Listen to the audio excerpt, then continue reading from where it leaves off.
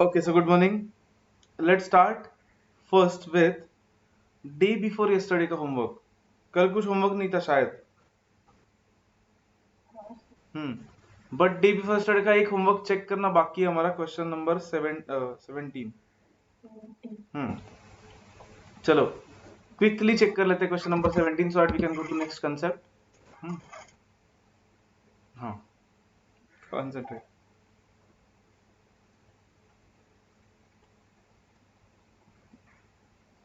हमने ऐसे डिसाइड किया था कि वो जो लेवल्स लिखे हैं उस पे करेंगे 49, 50, 100, 200, 300. सो एक कंपैरिजन का शॉर्ट में बना रहा हूँ मैं, सिर्फ प्रेजेंट नहीं कर रहा अच्छे से. 49, 50 आरओ का लेवल, 100, 200, 300. फाइन. एनुअल रिक्वायरमेंट कितना है बोलो. करेक्ट, 500 रन चाहिए सर. तो अगर 49 किए तो नंबर ऑफ ऑर्डर्स कितने होंगे. करेक्ट, 500 और 49 इज 10.20, मतलब 11 करना पड़ेगा राउंड अप करके, क्योंकि 10 प्लस सम 1 ऑर्डर. यहाँ पे 10 ऑर्डर्स. हाँ देखो 10.20 लिया तो भी चलता है, लेकिन ना बहुत बार जो इंस्टीट्यूट के सजेस्टेड आंसर्स होते हैं उसमें राउंड अप करते हैं वो. एंड लॉजिकली मुझे बोलो 10.2 ऑर्डर्स हो सकेंगे क्या. नहीं, राइट. मतलब हमें एक ऑर्डर करना ही पड़ेगा. तो राउंड अप करते ही जाओ हमेशा. हमेशा राउंड अप ही करो. मतलब 10.01 आया तो भी क्या करना है उसको.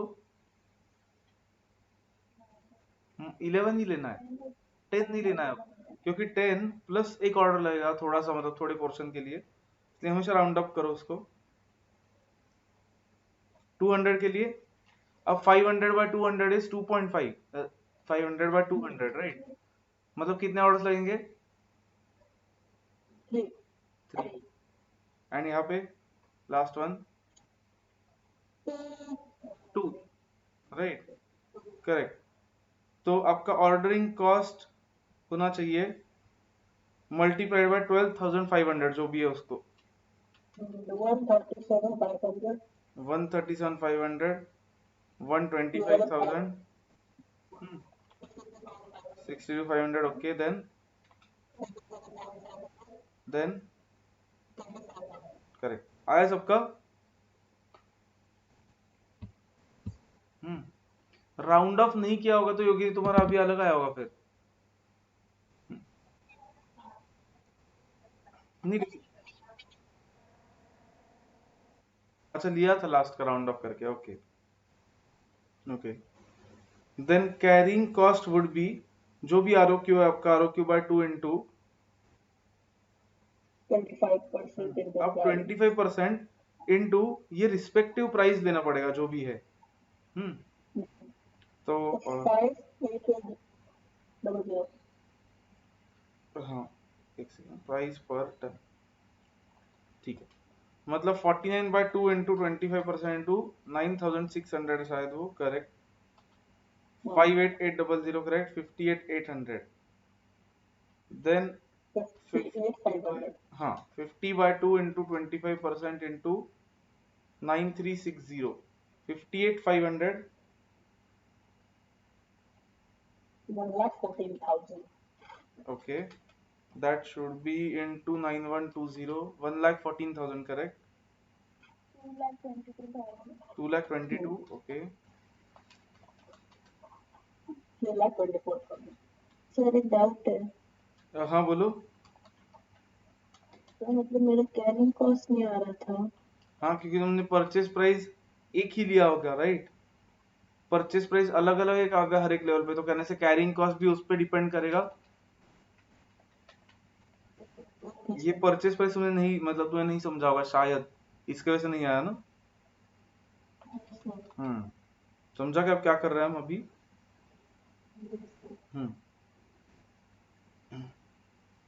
कंपैरिजन में अब आइडियली और एक चीज आएगी. इतना ही नहीं आएगा, सिर्फ परचेज कॉस्ट भी आएगी, क्योंकि परचेज कॉस्ट इज डिफरेंट. पहले केस में 9,600 इंटू 500 टन होने वाला है purchase cost. So first case में परचेस का भी 9600 इंटू 500, सो हर जगह पे 500 टन इंटू परचेस प्राइस पर टन। कितने लोगों ने नहीं लिया ये? नहीं लिया? लिया सर। नहीं लिया ना, गुड। क्योंकि ये भी चेंज होगा ना, यहाँ पे 500 टन इंटू नेक्स्ट केस में 9360 आएगा, तो that is 46,80,000। Then 500 into 9120 which is 45,60,000, then 500 into 8880 which is 44,40,000, and then 500 into 8640 which is 43,20,000। नहीं लिया ना, गुड। क्योंकि फिर यही तो मेन इम्पैक्ट है ना, परचेस कॉस्ट में और डिस्काउंट का बहुत ज्यादा इम्पैक्ट हो रहा है वो, इफ यू सी। तो अब टोटल कॉस्ट लेंगे, करो सब लोग, फाइनल आंसर चेक कर लो, करेक्ट करो सब खुद का आंसर सब लोग।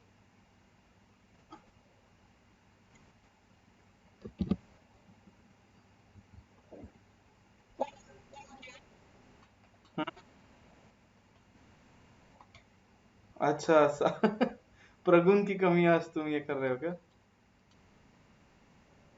क्या है वो, कोई तो बोलो, साउथ लिखा है क्या मैंने वो? हाँ, 500 टन से वो। हाँ, अब मुझे भी साउथ लग रहा है अब वो। अरे यार, ये तो बहुत ही ये हो रहा है आज ग्रीन स्क्रीन का, बिल्कुल अच्छा नहीं दिख रहा है वो। टोटल करो सब लोग, फाइनल आंसर लिख दो। ग्रीन टी शर्ट पे तो सिर्फ ऐसा ये दिखे। नहीं, मैं सच में टी शर्ट चेंज कर रहा हूँ, अगर ये नहीं हुआ अरे अब हुआ, अच्छा दिख रहा है। कुछ नहीं किया मैंने एक्चुअली, ऐसे ही हुआ वो अपने आप।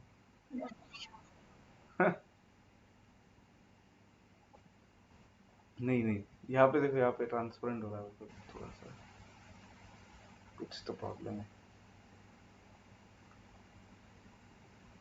एक्चुअली। ब्लू को तो प्रॉब्लम आना चाहिए था, ब्लू ग्रीन के क्लोज था, येलो को क्यों प्रॉब्लम आ रहा है क्या पता। येलो तो ग्रीन के भी क्लोज नहीं दिखता है।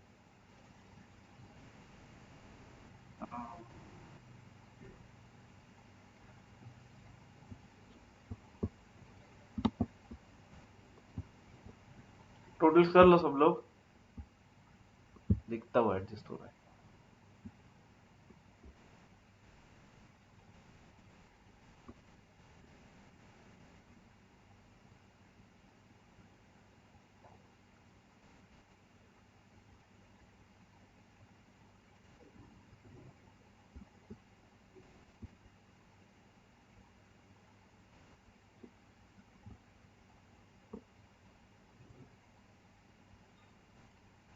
से सेमी ट्रांसपेरेंट भूत के जैसे दिख रहा है।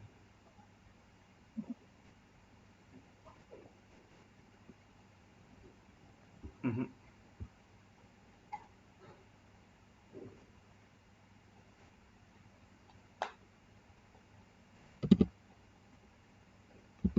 अरे हाँ, आप क्या करें, कुछ नहीं हो रहा है।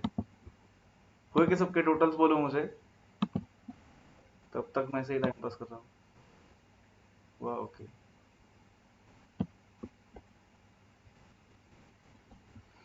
ठीक है, एक ही ऑप्शन है अब,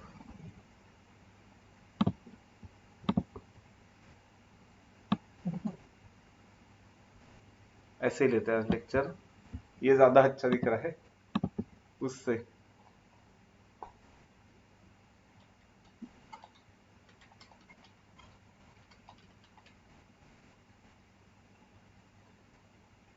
आई आंसर्स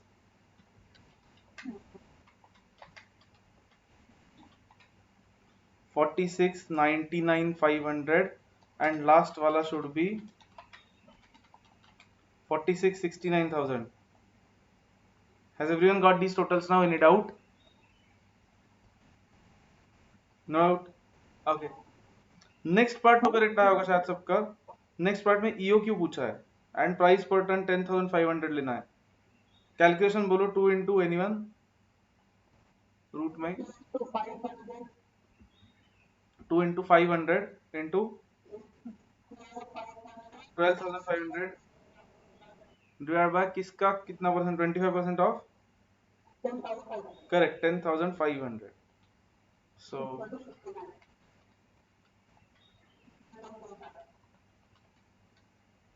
करेक्ट 69 आ रहा है एग्जैक्ट मतलब 69.006 ऐसे आ रहा है so 69 tons is the answer आया था सबका ये तो सबका आया होगा ओके गुड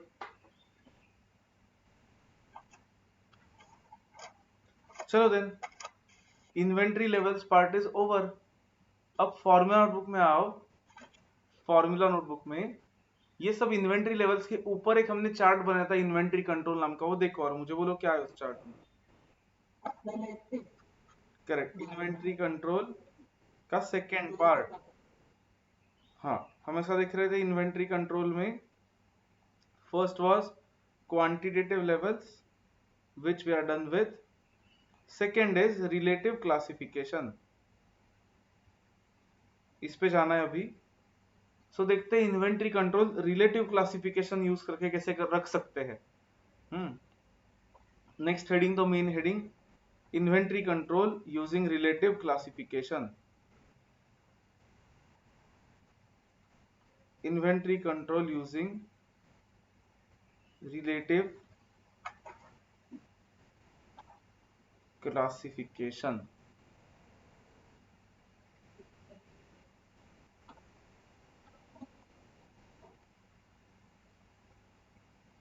हेडिंग देख के रखो सब लोग then will go ahead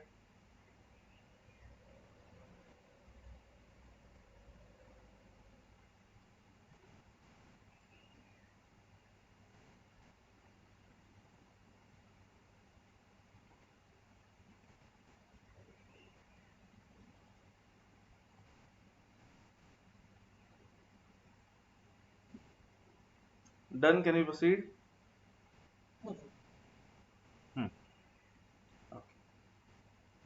then इसमें क्या करते हैं हम देखो tell me is each item of inventory equally important do you think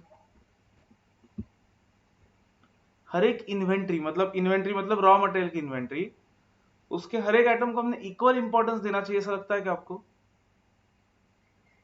in terms of control let's say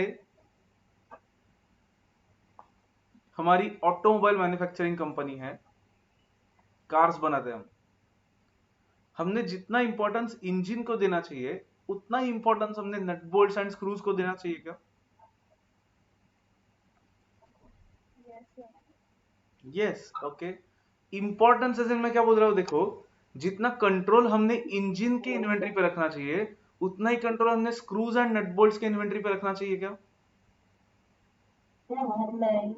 no right can I से सपोज देखो सपोज कभी ऐसा हुआ कि we run out of nut bolts एक तो नट बोल्ट छोटे छोटे होंगे वो बहुत सारे होंगे हमारे पास फर्स्ट ऑफ ऑल बट फिर भी अनफॉर्चुनेटली कभी खत्म हो गए तो कहने से हम इमीडिएटली परचेस कर सकते हैं उनको as compare to an engine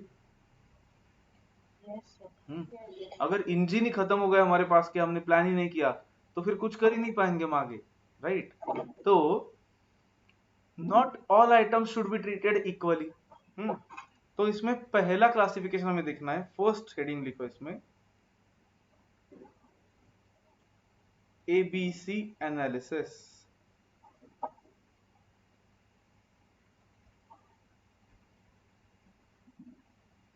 ABC analysis.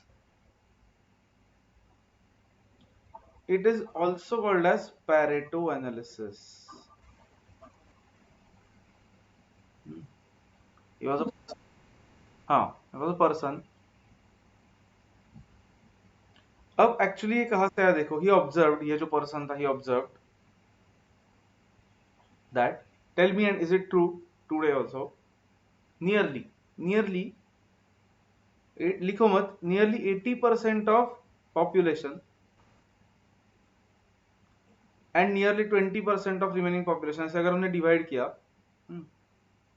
तो tell me, is this approximately true कि 20% of population holds 80% of wealth and 80% of population holds 20% of wealth?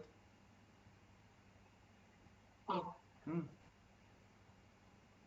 Wealth मतलब, हाँ मतलब ऑब्वियसली ऐसे एग्जैक्ट परसेंट मत लगाओ, बट कंसेप्चुअली कहने से this is a correct concept. देखो कि जनरली ऐसा ही होता है कि a small portion of population holds large wealth, whereas remaining large portion of population holds very small wealth.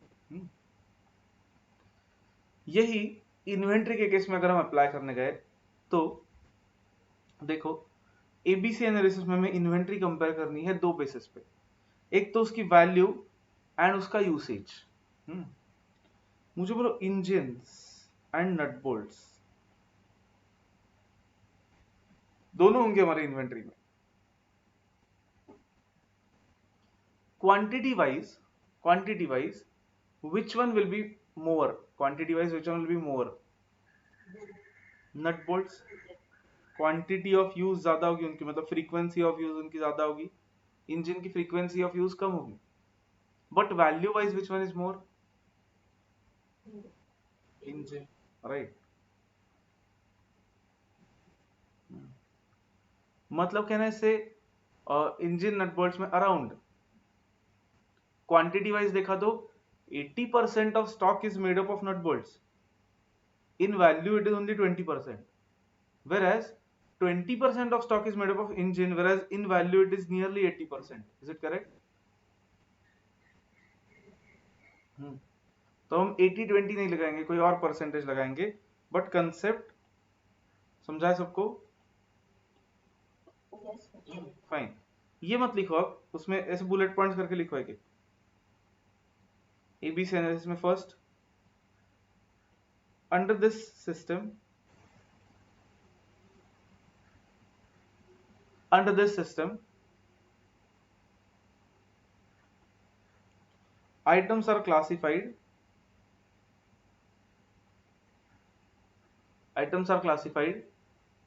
based on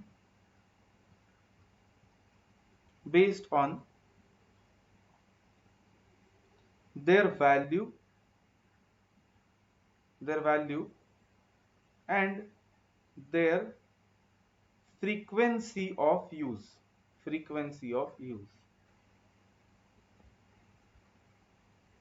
Their value and their frequency of use.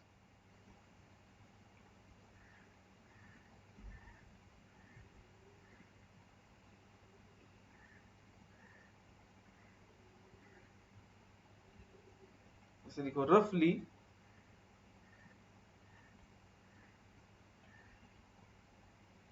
we classify as under.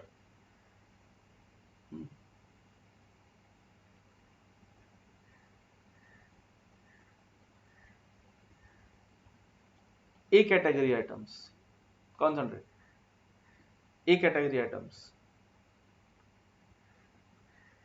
Logically क्या लगता है आपको, high value वाले इनको A category बोलना चाहिए या high quantity वाले आइटम्स को? High value, right. तो लिखो ए कैटेगरी में, these are items which comprise of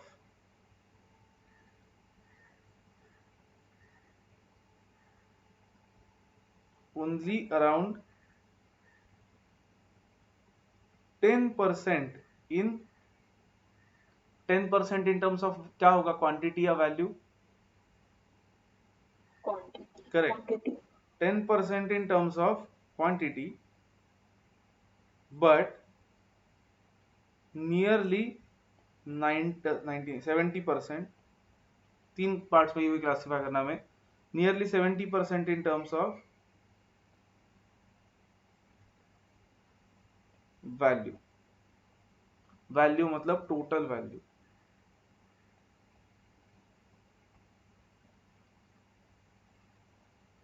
sir ये परसेंटेज हम कहाँ से लाए?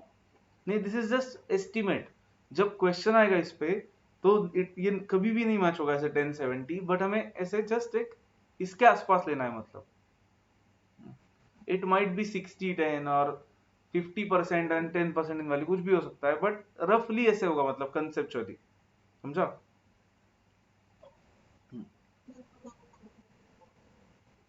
हाँ, मतलब जनरल ऑब्जर्वेशन के बेसिस पे these values are derived, but that does not mean ऐसा एग्जैक्ट अप्लाई होगा हर बार। ओके, मुझे बोलो, इनको कहने से इन पे स्ट्रिक्ट कंट्रोल रखना चाहिए। लिखो strict control with proper ROL and ROQ must be exercised, must be must be exercised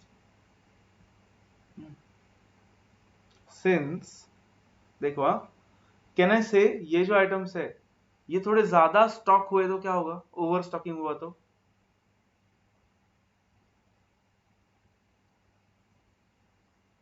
हमारा बिल फालतू में वेस्ट होगा, मतलब हाँ, कहने से कैरिंग कॉस्ट भी हाई होगी इन आइटम्स की, क्योंकि वैल्यू भी ज्यादा है उनकी, राइट? करेक्ट है क्या? अगर वैल्यू ज्यादा है तो कहने से ब्लॉक भी पैसे ज्यादा होंगे हमारे, right?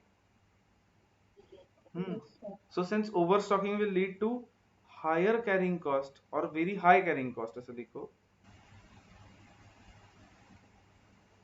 and stock out will lead to what? Correct, stock out will lead to interruption in production, पूरा प्रोडक्शन ही रुक जाएगा।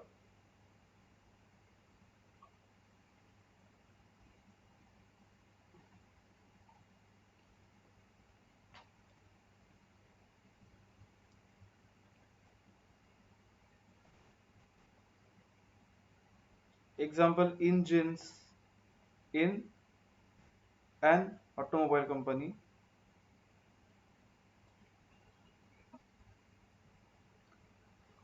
कि अगर वो इंजन्स बना के ही लेते हैं, उनके फैक्ट्री में सिर्फ असेंबली होती है, तो फिर engines is there a category item.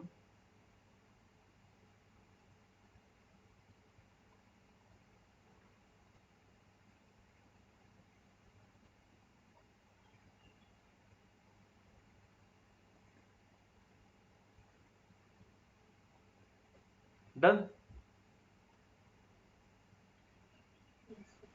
Okay,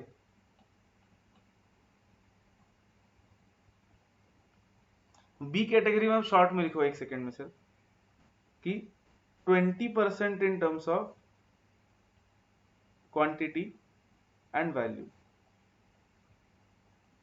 मतलब वो एवरेज होता है कि क्वांटिटी और वैल्यू के टर्म्स में both they are average. 20% in terms of quantity, 20% in terms of value. Again approximate है, ऐसा कुछ एग्जैक्ट नहीं होगा हमेशा कभी भी।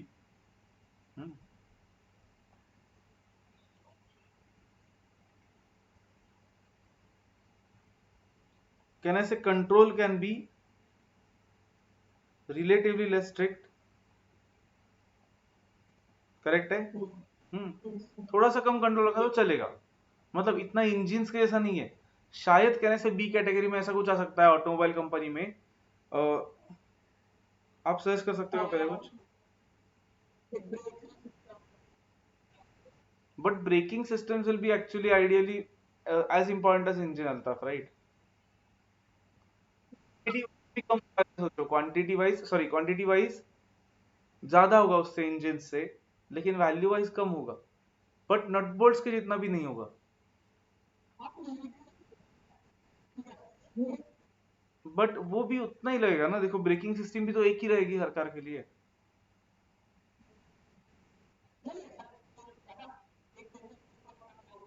अच्छा, ओके, ऐसा कुछ बोल सकता हूँ क्या मैं? देखो शायद पेंट कैंस या कोटिंग के cans in an automobile company, कि वो इंजन के जितने वैल्यूएबल भी नहीं होंगे, बट कहने से नट बोल्ट्स के जितने चीप भी नहीं होंगे। एंड क्वांटिटी वाइज इससे डेफिनेटली ज्यादा होंगे इंजन से, लेकिन नट बोल्ट से डेफिनेटली कम होंगे। तो पेंट कैंस मतलब वो स्प्रे के कैंस वगैरह होते हैं, मतलब obviously they are very advanced, तो वो हो सकता है।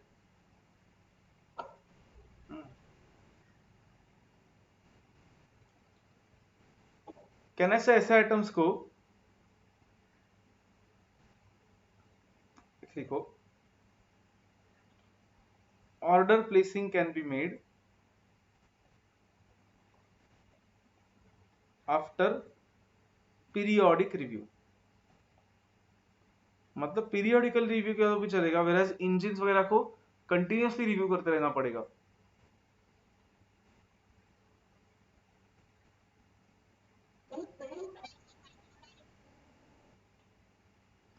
नहीं, बट इंपॉर्टेंस नहीं देख रहे हम अल्ताफ, हम देख रहे हैं quantity and value.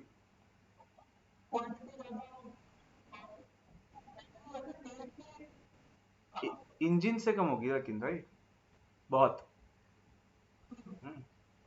And importance के पॉइंट ऑफ व्यू से हम देख, सब जगह पे हाँ, हीना मैम का लेक्चर चल रहा है, चालू हुआ मतलब अभी। ओके, तो हाँ, what I was saying is ABC, इसका मतलब ऐसा है क्या कि more important and less important, ऐसा है क्या? नहीं। हाँ, but the only thing is उस पे थोड़ा कम कंट्रोल रखा तो चलेगा, because it can be replaced easily. C category में कितना परसेंटेज होगा, आप ही बोलो। ठीक है, ठीक है, बचा लेते पैसा। क्वांटिटी के टर्म्स में 70%। 70, एंड वैल्यू के टर्म्स में 20 और कितना? 10%। 10% बचा। सो क्वांटिटी के टर्म्स में 70% है, लेकिन वैल्यू सिर्फ 10% है।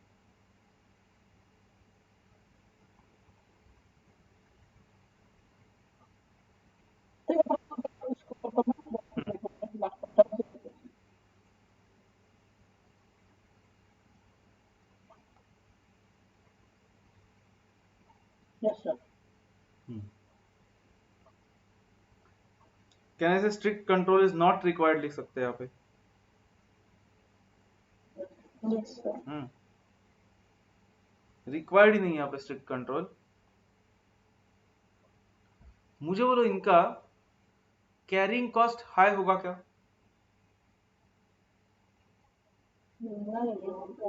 नो, क्योंकि वैल्यू इनकी 10% ही है, मतलब कैरिंग कॉस्ट हाई नहीं होगा। मुझे बोलो, कैरिंग कॉस्ट अगर हाई नहीं होगा इन आइटम्स का, तो कहने से ऑर्डरिंग कॉस्ट कम करने का ट्राई करना चाहिए हमने, ज्यादा मतलब एक बार ही ज्यादा परचेस करके। क्योंकि वैसे भी नट बोल्ट्स क्या फर्क पड़ता है एक बार ही ज्यादा लेके रखे तो, राइट? अज्यूमिंग कि वो ड्यूरेबल आइटम्स है, खराब नहीं होंगे। So assuming that objective should be to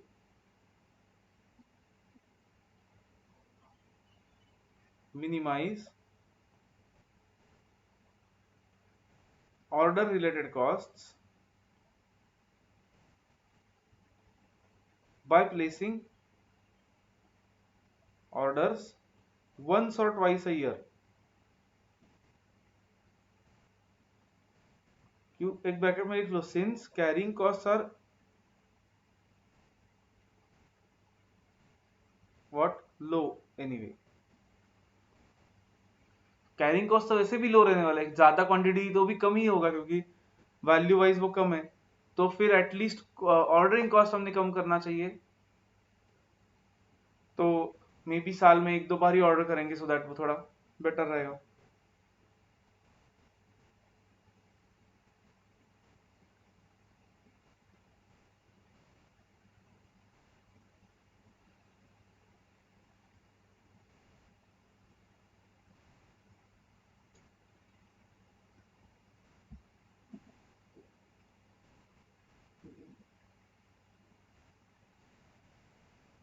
done.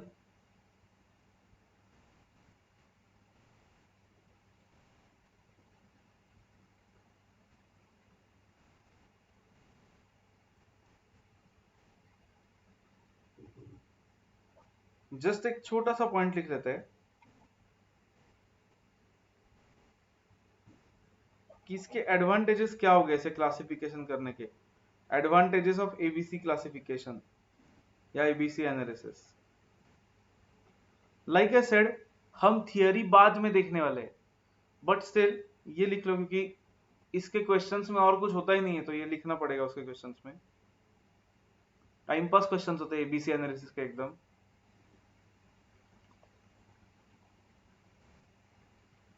आप ये क्या एडवांटेज होगा ऐसे किया तो?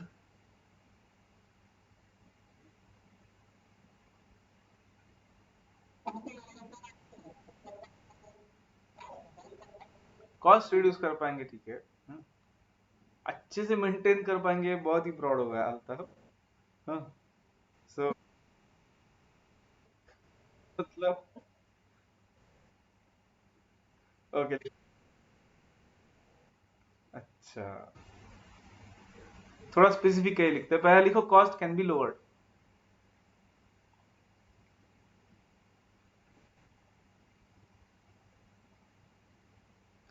कब cost can be lowered, can I say if the system is,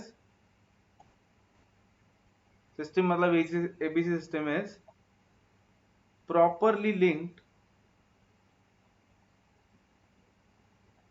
to inventory levels, then can I say cost lower हो सकता है। हम्म, प्रॉपरली इन्वेंट्री लेवल्स के साथ लिंक किया उसको, तो कॉस्ट कम कर सकते हैं ऑर्डरिंग कैरिंग का। और कुछ एडवांटेज इसका हो सकता है? अरे उसके लिए नहीं होगा, मतलब वैल्यूएशन के लिए। वैल्यूएशन के लिए इसका यूज नहीं होगा, क्योंकि एबीसी कैटेगरी में तो हम सिर्फ मतलब वो कैटेगराइज करने वाला है, इसका मतलब ऐसा नहीं कि उसको वैल्यूएशन में कुछ डिफरेंस होगा उसके वजह से, राइट? बोलो।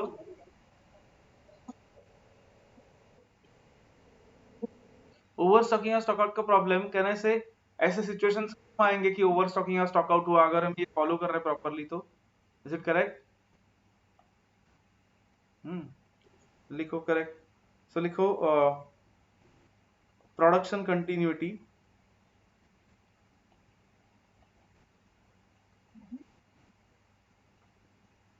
And optimum stock levels. Optimum मतलब जिस पे कॉस्ट कम आता है, प्रोडक्शन कंटिन्यूटी मतलब प्रोडक्शन कंटिन्यू रहेगा, स्टॉक लेवल भी ऑप्टिमम रहेगा। हम्म,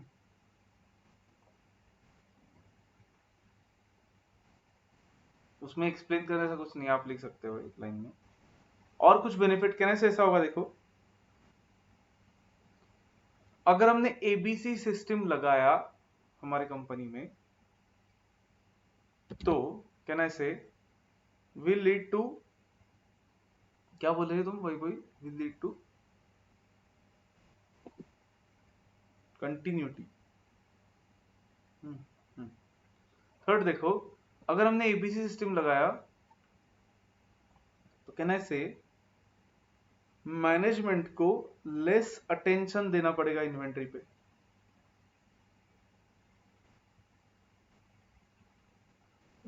हम्म,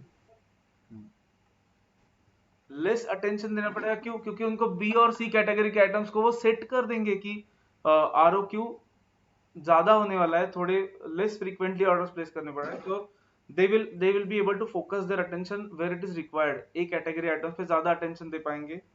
सो attention can be properly divided.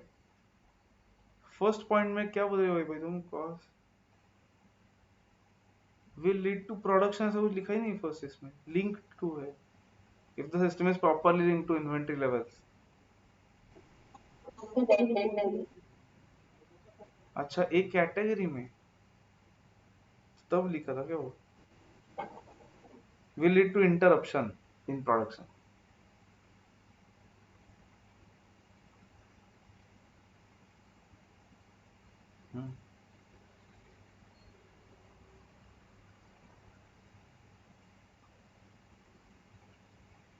So efficiency increase होगी, प्रॉपर डिवीजन किया अटेंशन का तो।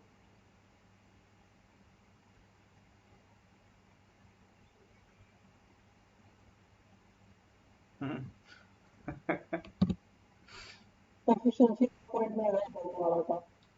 हाँ, एफिशिएंटली होगा। और एक एडवांटेज हम ऐसा देख सकते हैं, देखो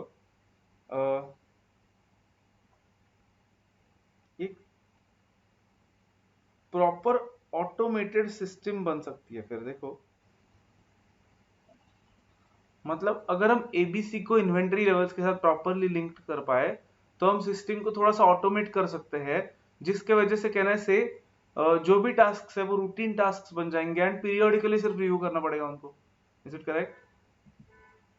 हर बार नहीं देखना पड़ेगा हमें मटेरियल आने पर क्या, अरे अच्छा ऐसा है क्या, फिर इतना लेवल आया रीऑर्डर करते हैं, फिर रीऑर्डर क्वांटिटी इतनी चाहिए इस बार आरओएल इतना चाहिए, हर बार नहीं सोचना पड़ेगा। ऑटोमेटेड सिस्टम मतलब एक सिस्टम सेट हो जाएगा due to systematic classification,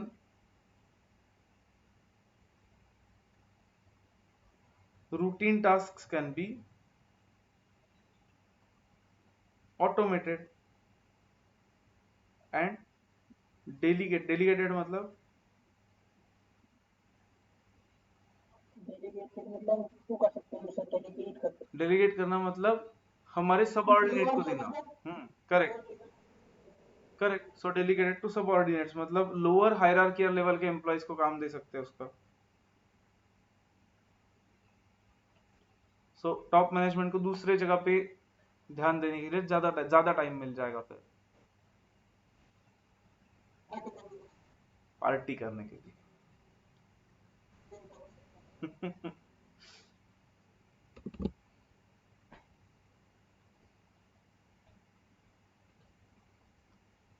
done. अब इसके क्वेश्चंस का कुछ मतलब ही नहीं होता है, देखो एकदम कुछ भी क्वेश्चंस ये तो होते हैं। जैसा वेब सेकेंड अरे ये देखो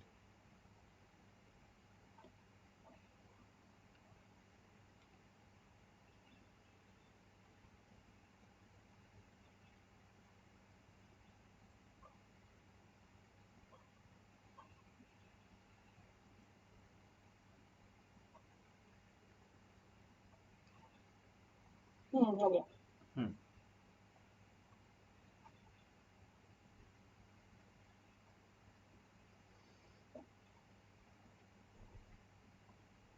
In question bank, let's come to question 28 now. From the following, draw a plan of ABC selective control. ऐसा बोल रहे हो, इतना यही है क्वेश्चन सिर्फ। क्या क्वेश्चन है देखो, items, units and unit cost. ठीक है, मुझे बोलो यूनिट्स तो लगेंगे हमें, ठीक है, हमें एबीसी में यूनिट्स देखने हैं एंड क्या देखना है, क्वांटिटी एंड कॉस्ट। लेकिन यूनिट कॉस्ट नहीं चलेगी, हमें क्या देखना है, क्वांटिटी एंड वैल्यू वैल्यू। मतलब क्या करना पड़ेगा, वैल्यू निकालनी है तो यूनिट कॉस्ट से अच्छी अच्छी वैल्यू पता चलती है ना, नहीं नहीं, तो यूनिट यूनिट कम कॉस्ट से ज्यादा पता होगा। नहीं चलेगा अल्ताफ, क्योंकि यूनिट कॉस्ट अगर हम कंपेयर करने गए तो ऑब्वियसली बड़े मतलब ज्यादा एक्सपेंसिव आइटम्स का यूनिट कॉस्ट एक ज्यादा ही होने वाला है। बट हमने यूनिट कॉस्ट क्वांटिटी के साथ कंपेयर करना चाहिए, क्योंकि हमें ये देखना है कि टोटल वैल्यू वाइज कितना ब्लॉक हो रहा है इन्वेंट्री का। समझा? अच्छा, तो क्या करना चाहिए, हमने वैल्यू निकालनी है तो, क्योंकि हम क्वांटिटी एंड वैल्यू देख रहे हैं ना। मल्टीप्लाई। करेक्ट। तो कहने से और एक कॉलम लगेगा वैल्यू का।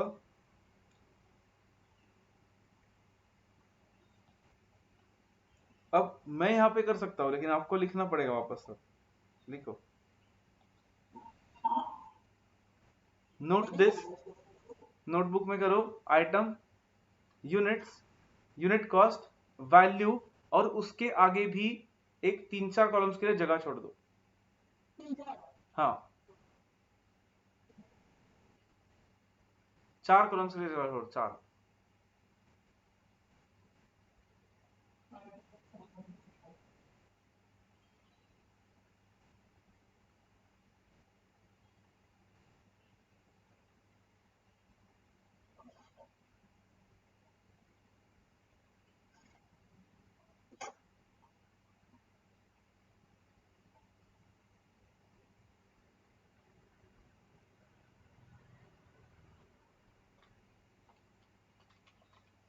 टाइम जाने वाला है आपका वो लिखने में, लिखो। मैं वैल्यू लिख के रख रहा हूँ तब तक। तो कितने कॉलम डालने पड़े टोटल? नहीं, कितना, ये 3 लगेंगे, वैल्यू लगेगा, और उसके बाद 4 कॉलम्स के लिए जगह छोड़ो, 4, जिसमें मतलब यूनिट्स के जितने कॉलम छोड़े तो भी चलेगा, 4। ओके।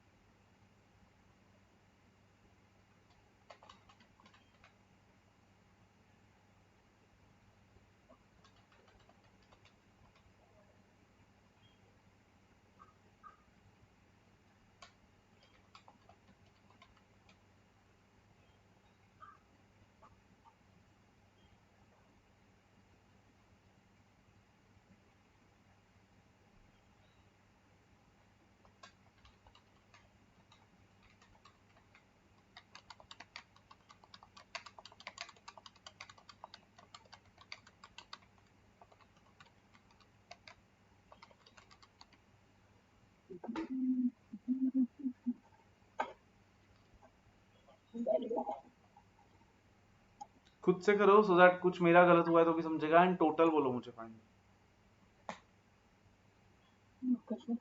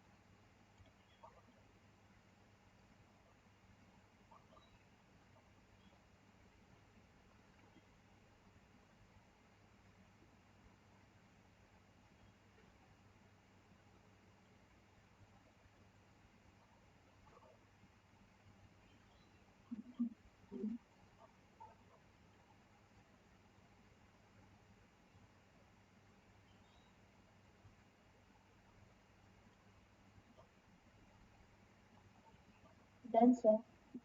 डन, सेम आ रहा है सब वैल्यूज, टोटल बोलो मुझे फिर वैल्यू कॉलम का।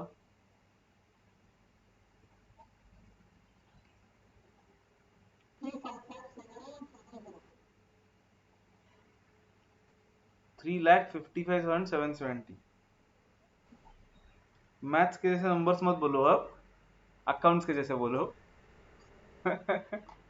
यूनिट्स का भी टोटल लो, कॉमर्स, हाँ। यूनिट्स कॉलम का भी टोटल कर लो।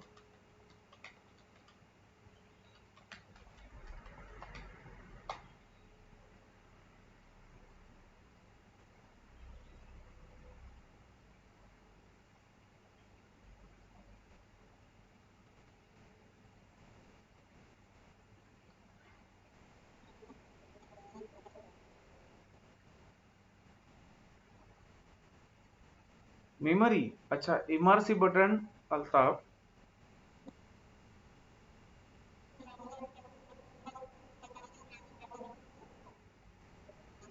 हाँ, हाँ, तो नहीं, लेकिन वही तो मैं बोल रहा हूँ, इमर्सिव बटन 2 बार ही प्रेस करने के लिए होता है सिर्फ, एक बार करना ही नहीं कभी प्रेस, भूल जाते। कैलकुलेटर चेंज किया क्या तुमने पहले वाले से? अच्छा,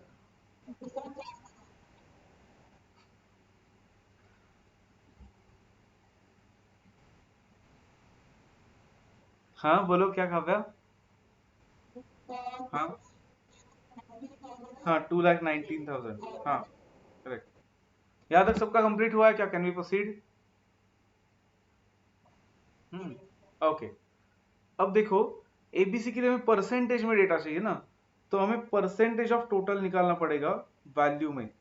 मतलब जैसे कि फर्स्ट है 35,000, परसेंटेज कैसे निकालेंगे? 35,000 is out of how much? 355,770। Percentage में check if everyone is getting 9.84% round off करके। Yes sir. आया कि सबका? नहीं नहीं, यूनिट्स का भी तो निकालना पड़ेगा ना अल्ताफ, सिर्फ वैल्यू के बेस पे कर सकते हैं क्या हम कंपेयर? दोनों का निकालना पड़ेगा, करेक्ट। करो निकालो। 9.84 समझा ना सबको कैसे आया? तो फर्क समझ। अच्छा Vishwajeet, 35,000 is out of how much? हाँ,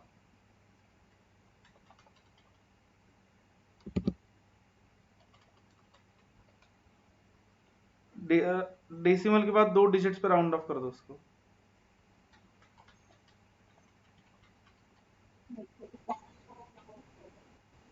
क्योंकि 837 आ रहा था ना। ठीक है, थोड़ा सा डिफरेंस डज नॉट मैटर।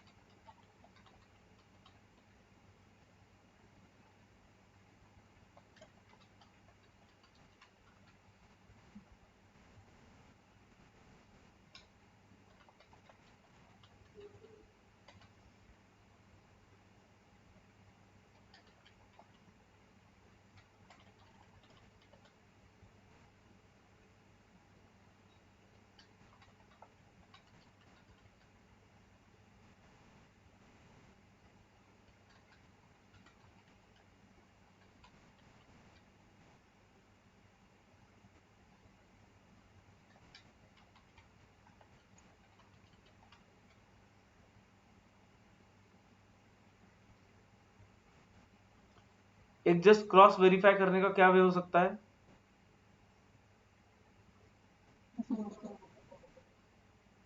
नहीं नहीं, सबका मतलब सबको मत करो क्रॉस वेरीफाई।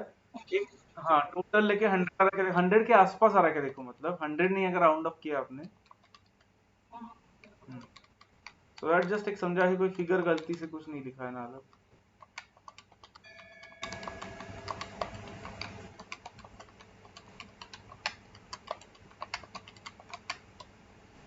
एग्जैक्ट 100 आ रहा है तो। हाँ, इम्प्लस करते हैं तो बेस्ट है, फिर तो डायरेक्टली इमर्सी करके आएगा। एक्चुअली जीटी से भी होगा अल्ताफ, क्योंकि परसेंटेज करने पर जीटी में भी जाता है वो।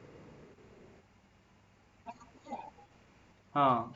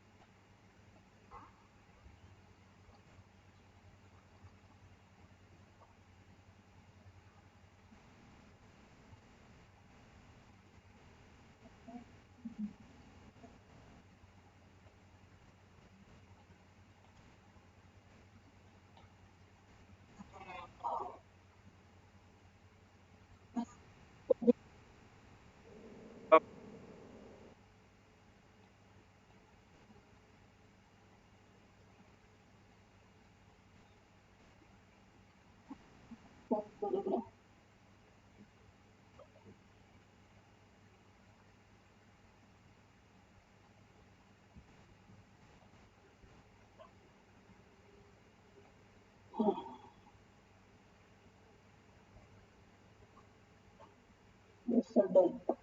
Done okay Done. थोड़ा सा पैसा प्रिंट करने के बाद ओके सब लोग डन किसी का पेंडिंग है तो बोलो सो रुकता हूँ किसके आगे अब करना है हमें हाँ ठीक है रुकता हूँ लेट मी नो ड्राइंग कर रहा हूँ तब तक उसका जिसका परसेंटेज ऑफ वैल्यू ज्यादा होगा और परसेंटेज ऑफ यूनिट कम होगा उसको लेंगे क्या? हाँ उसको अब करेंगे ऐसे क्लासिफिकेशन अब सब्जेक्टिव होने वाला है एग्जाम में भी अगर ये आया तो क्वेश्चन आंसर अलग अलग हो सकता है सबका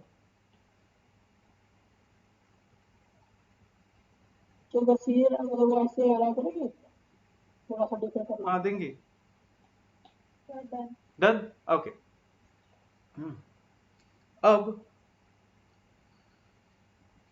एक काम करते हैं आगे मैंने 2 कॉलम्स करने को बोले थे आपको वहां पे let's give value wise ranking okay value के बेसिस पे एक रैंक देते हैं एंड यूनिट्स के बेसिस मतलब परसेंटेज यूनिट्स के परसेंटेज के बेसिस पे एक रैंक देते हैं मेरे यहाँ पे कॉलम हेडिंग को जगह नहीं इसलिए मैं इसे लिख रहा हूँ जैसे कि वैल्यू वाइज कौन सा आइटम फर्स्ट रैंक पे आएगा बोलो वैल्यू उसके टोटल के परसेंटेज नहीं के अकॉर्डिंग परसेंटेज के अकॉर्डिंग ना टोटली अकॉर्डिंग किया तो भी अच्छा सेम ही अच्छा आएगा तब क्योंकि टोटल से हाँ ही हाँ हाँ परसेंटेज निकाले हमने हाँ तो रैंक वैल्यू 22.95 करेक्ट मतलब 11th आइटम फर्स्ट आएगा रैंक वाइज हाँ राइट रैंकिंग करो सब लोग फास्ट अब तक होना चाहिए था फिर उसके बाद सेकंड हम्म फिर सिक्स थर्ड होगा yes first fourth then last one fifth अरे गलत मेरा गलत है सही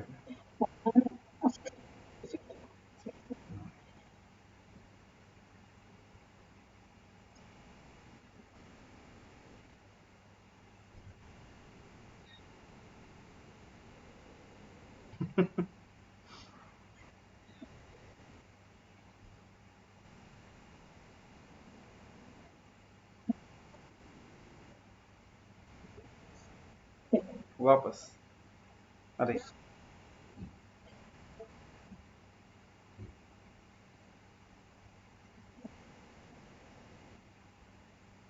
यूनिट साइज भी करो चेक करो एक बार स्क्रीन से सेम आया क्या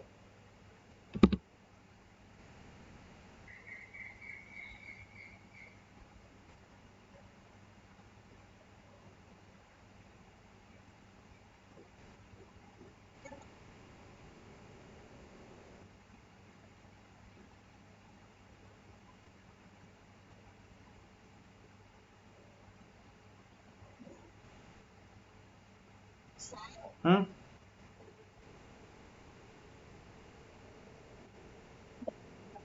नहीं नहीं वो मैंने जगह नहीं इसलिए दिखा क्या लिखोगे आप ranking based on value ranking based on units मैंने मैथ्स के हेडिंग लिखा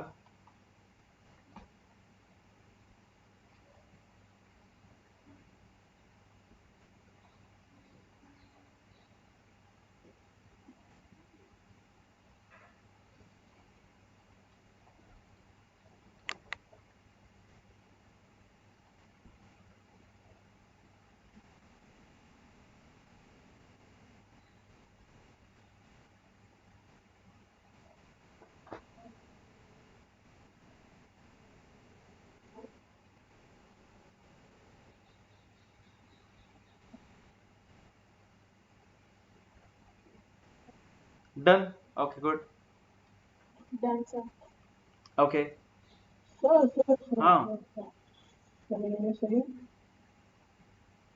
हाँ हाँ ठीक है ठीक हम्म ठीक है विश्वजीत वैभवी है यस सर डन आकांक्षा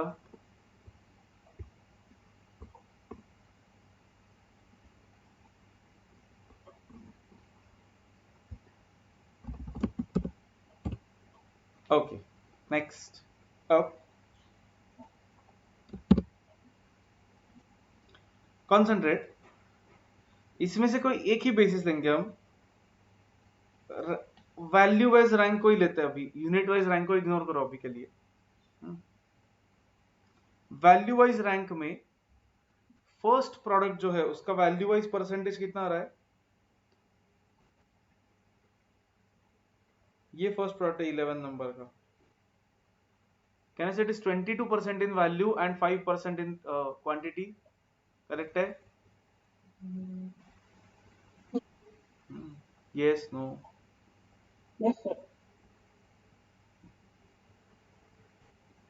तो एक एबीसी क्लासिफिकेशन का टेबल करते हैं अब।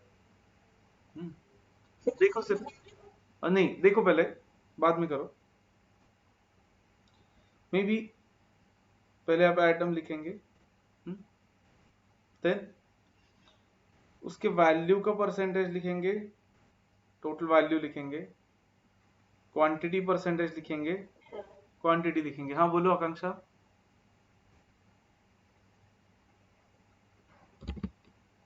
क्या हुआ? ओके।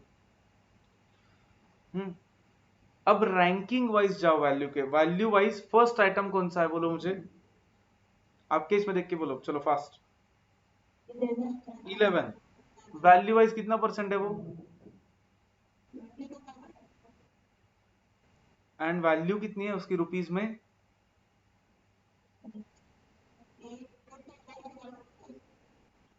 क्वांटिटी का भी बोलो, दोनों परसेंटेज और क्वांटिटी।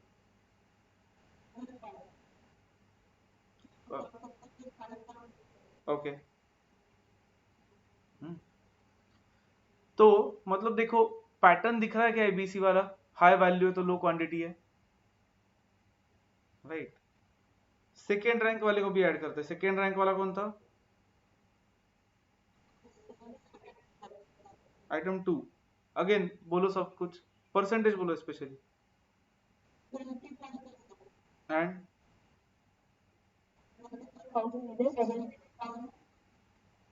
एंड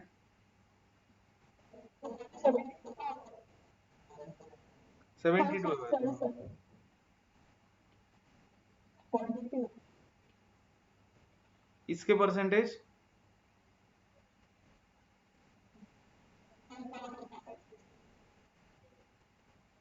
ठीक है।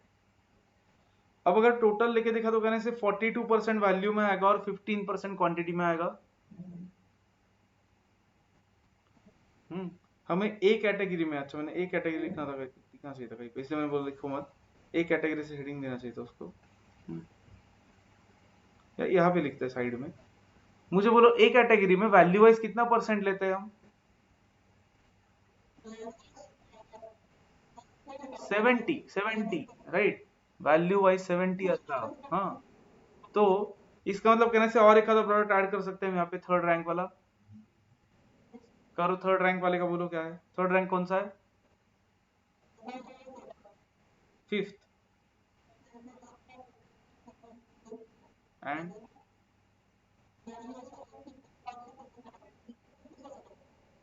ओके, एंड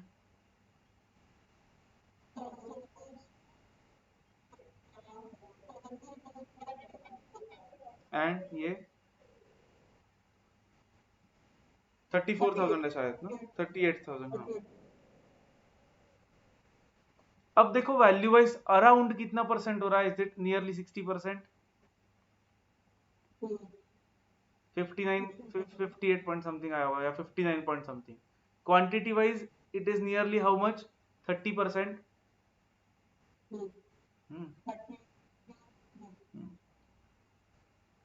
नेक्स्ट आइटम भी ऐड किया तो उसकी वैल्यू क्या है परसेंटेज में बोलो?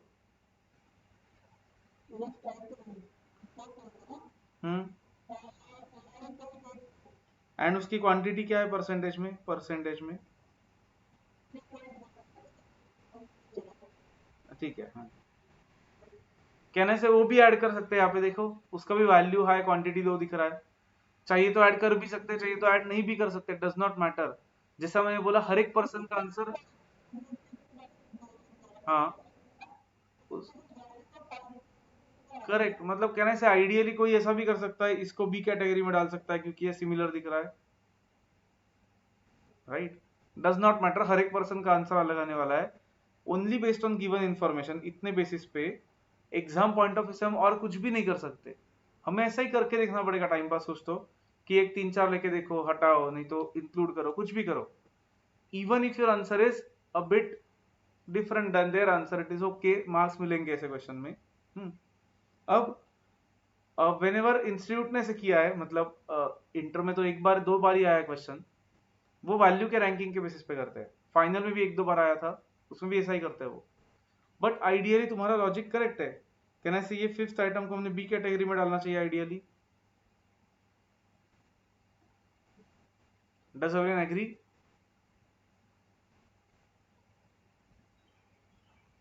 यस, नो, पता नहीं। हम्म क्या हुआ बाकी लोग?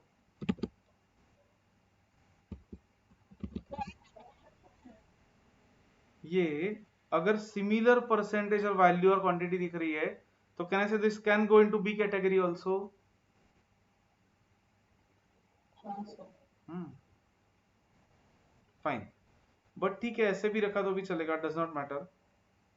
ये 3 को ए कैटेगरी में है तो 3 को लो, 4th इंक्लूड करना है तो 4th भी इंक्लूड करो, 5th को बी कैटेगरी में डालना है बी कैटेगरी में डालो, कैसे भी करो। हम्म, चाहिए तो टोटल लो, यहाँ पे टोटल कितना आता है इसका?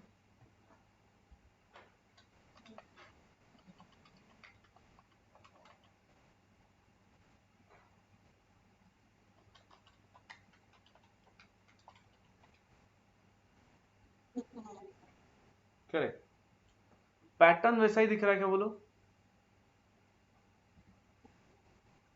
पैटर्न वैसा ही दिख रहा है ना, high value and low quantity. इसको हम बोलेंगे ए कैटेगरी। वैसे ही बी कैटेगरी और सी कैटेगरी में खुद से करो, 4, 5, 6 रैंक लेके।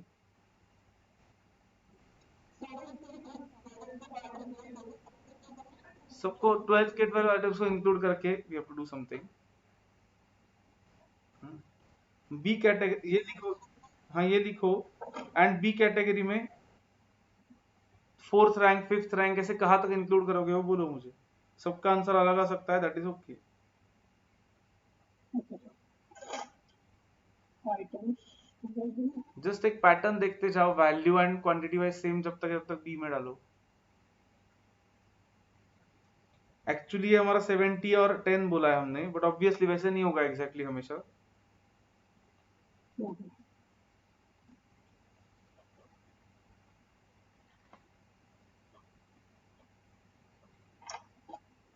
पहले इसको नोट करते हैं उसके बाद करते हैं। हाँ करो, ये करो, फिर बी पे जाओ, नीचे उसी टेबल में नीचे बी एंड सी।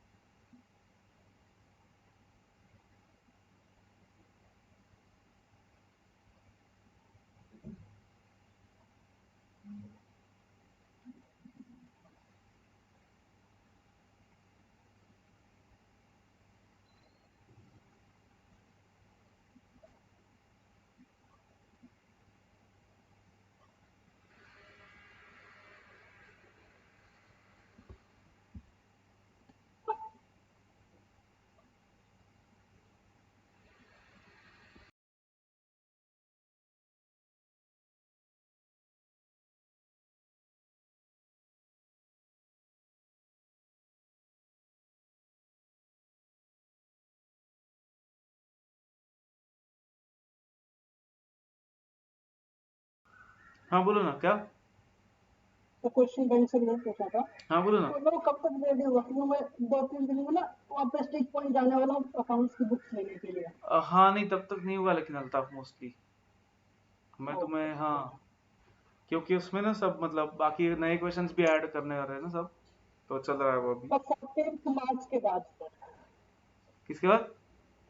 14 मार्च। अच्छा, मतलब जो हमारा लास्ट ईयर का लास्ट डेट था उसके बाद, लास्ट ईयर का क्लास का लास्ट डेट हमारा 13th मार्च था, हाँ, फिजिकल क्लास का। और भी कुछ है उस 14 मार्च के साथ, अच्छा। अगर गलत नहीं हो तो। पाई डे होता है, पाई डे। हाँ हाँ, और कुछ आगे कुछ और भी। अच्छा।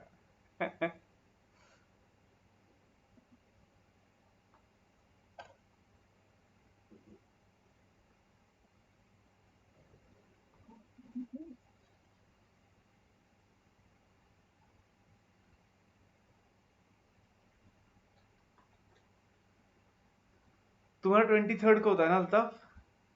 हम्म। याद है मुझे अभी भी। तुम्हारे बैच के मार्च में 3-4 थे बर्थडेज मुझे लगता है।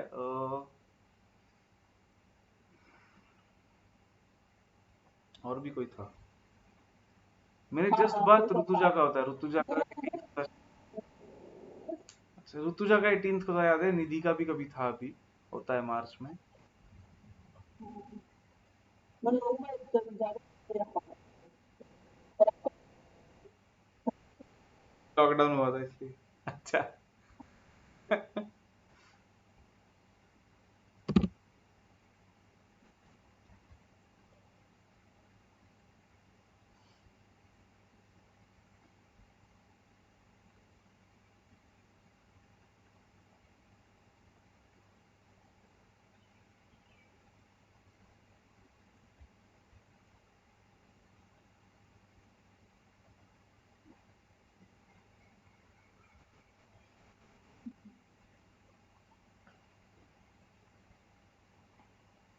तो कितने कितने वैल्यूज हैं इसमें?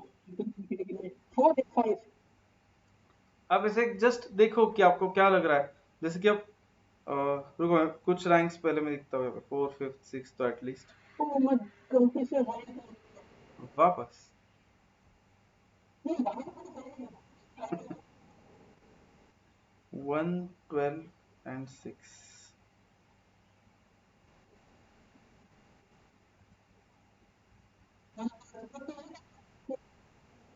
देख एक सेकंड ना, टोटल लेके देखते हैं। 9.84 7.15। क्वालिटी के अकाउंट हो ही रहा है। हाँ, वैल्यू वाइज भी देखो ना, का यूनिट्स वाइज। ये हो रहा है 22 हो गया तो देखो। 3.2 1.87 18.26। हाँ बोलो।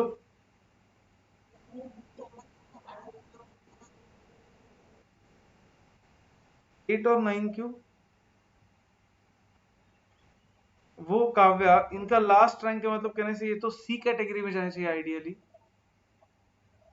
हाँ सही पर हाँ एशियन आइटम लेने पे भी परफेक्ट आ रहा है ऑलमोस्ट। मतलब दोनों हाँ। का जो परसेंटेज है ना, नहीं, वापस बोलो काव्या। सर आठ मीन्स हम लोग क्या कहते हैं कैटेगरी बी में, मतलब कि हम्म। हम 20% दोनों को देते हैं, और क्वांटिटी वैल्यू को। हाँ, अराउंड 20% वैल्यू एंड 20% क्वांटिटी वाले आइटम्स देते हैं, हाँ तो।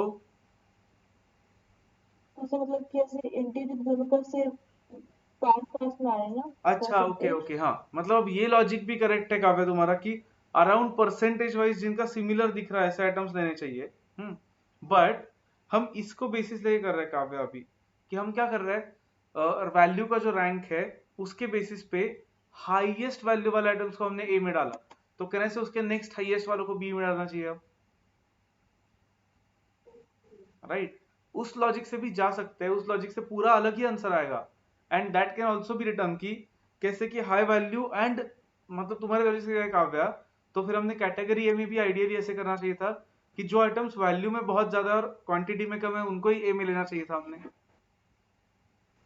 राइट, मतलब आइडियली हमने आइटम नंबर 5 को ए में नहीं लेना चाहिए था, देखो बी में लेना चाहिए था इसको।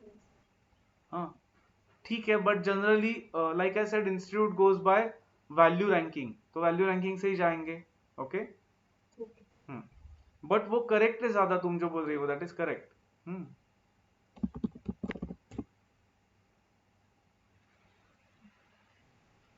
इसके बाद और कोई आइटम इंक्लूड करना पड़ रहा है क्या यहाँ पे? क्या है देखो इससे? सारा चलेगा, कर सकते हो, लेकिन नेक्स्ट भी, क्योंकि नेक्स्ट में ना परसेंटेज ऑफ यूनिट्स बहुत ही कम है। अब मतलब नहीं करना है तो मत करो, ऐसे कुछ भी चलेगा, मतलब हर एक का आंसर लाइक ऐसा अलग हो सकता है। 7.4 तो ठीक है, अपन नेक्स्ट में डालेंगे इसको। हाँ वैसे भी परसेंटेज ऑफ वैल्यू और परसेंटेज ऑफ बहुत डिफरेंस है, अगर तो सी में डालना चाहिए। हाँ, बट सी कैटेगरी में वैल्यू वाइज थोड़ा ज्यादा हो जाएगा फिर वो आता। मतलब ए में डालना चाहिए, हाँ सी में करेक्ट। ज्यादा आता होगा ना, ज्यादा आटा आता होगा।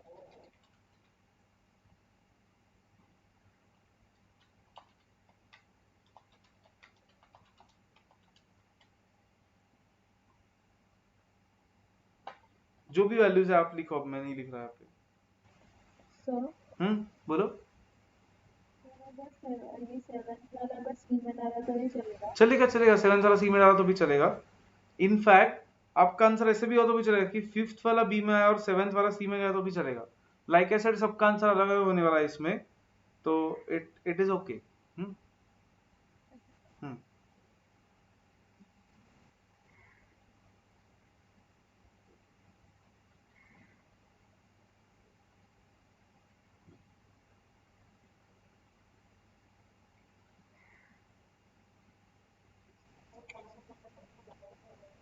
नहीं नहीं, कुछ नहीं, एक्चुअली अब ये इतना ही करेंगे, क्लासीफाई करके छोड़ देंगे।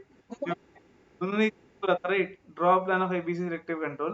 प्रैक्टिकली इनको ठीक से काव्य हम एनालाइज करेंगे, ए कैटेगरी वालों पे ज्यादा ध्यान देंगे, लेकिन एग्जाम पॉइंट ऑफ व्यू से ये जितना डेटा दिया है उन्होंने, उसमें और कुछ कर सकते हैं क्या हम? नहीं राइट।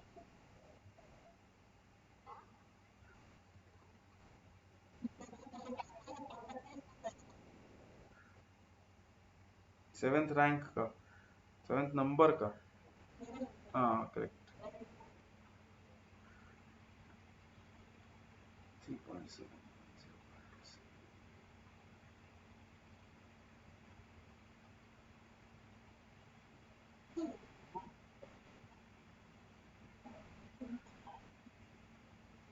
तो सारे करने पड़ेंगे, नो ऑप्शन। करो, एक ही क्वेश्चन है इस पे। नहीं,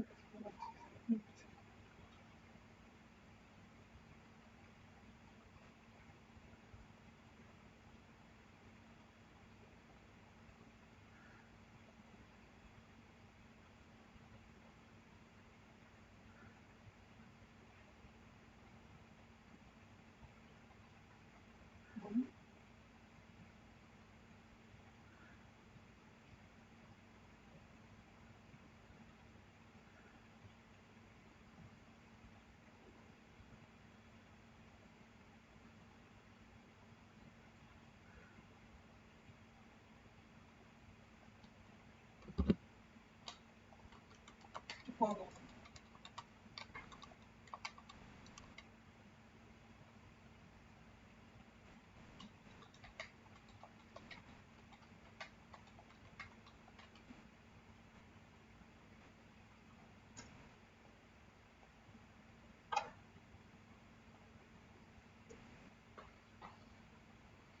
वैल्यूज भी लिखो, मैंने सिर्फ परसेंटेज लिखे है, आपको लिखना पड़ेगा लेकिन।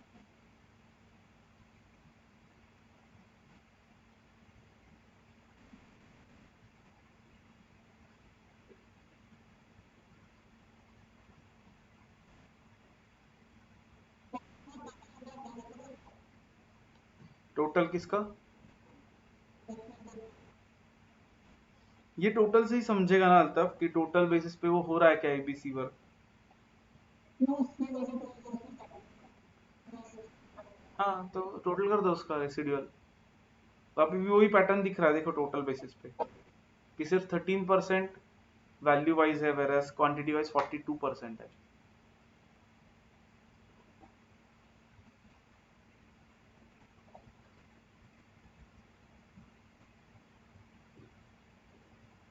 ये ज्यादा क्लियर दिख रहा है मुझे तो, ग्रीन विदाउट।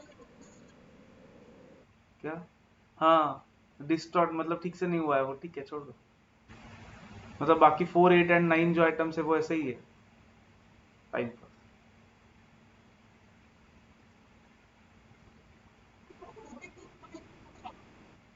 तो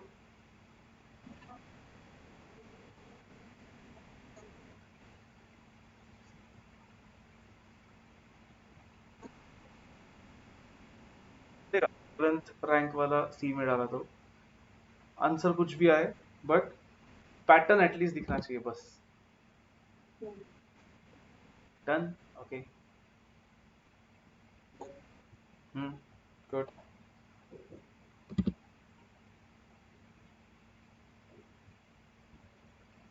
मुझे विदाउट बैकग्राउंड रिकॉर्डिंग ही ज्यादा अच्छा लग रहा है, मुझे तो आज क्लियर दिख रहा है एकदम, यही बेटर है।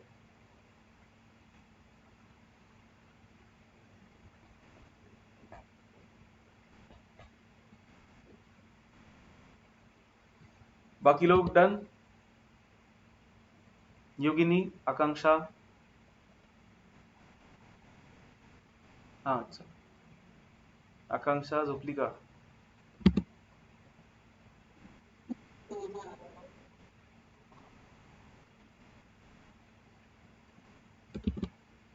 Done okay next.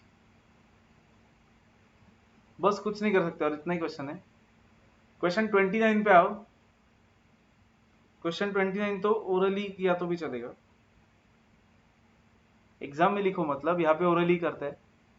A factory uses 4000 varieties of inventory. In terms of inventory holding and inventory usage, following information is compiled. Number of varieties of inventory, उसका percentage, percentage value of inventory holding and percentage of inventory usage in end products. कितने items है total हमारे पास, कितने type के items है अलग अलग, कितने वैरायटी के आइटम्स है हमारे पास, कितने वैरायटी के आइटम्स है अलग अलग? 4000 वैरायटी के आइटम्स नहीं अलग हमारे पास।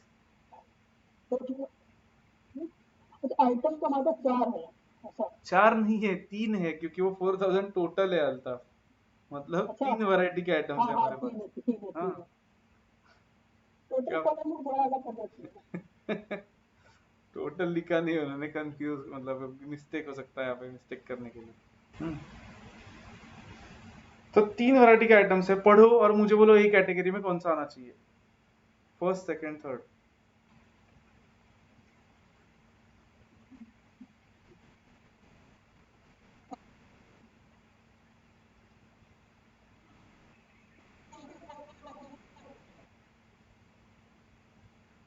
किसका वो परसेंटेज, ट्राई करके देखो। एनीवन, एक कैटेगरी में एनीवन एल्स, कौन सा आना चाहिए, फर्स्ट सेकंड या third?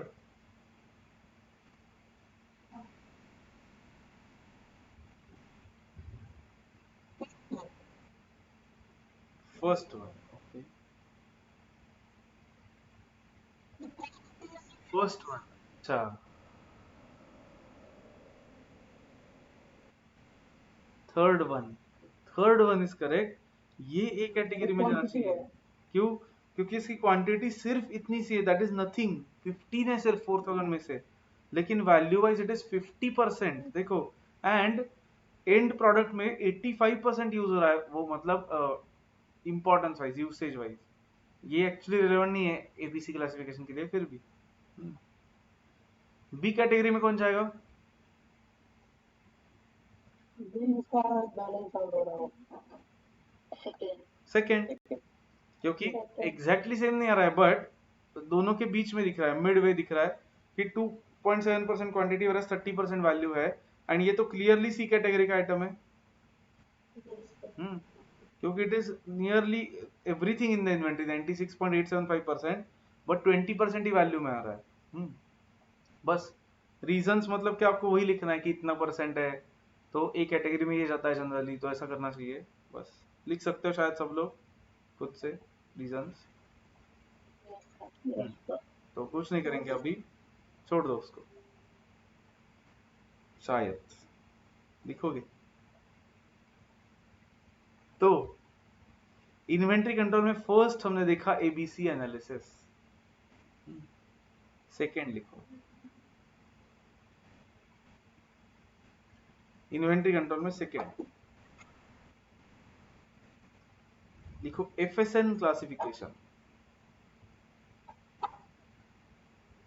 एफएसएन classification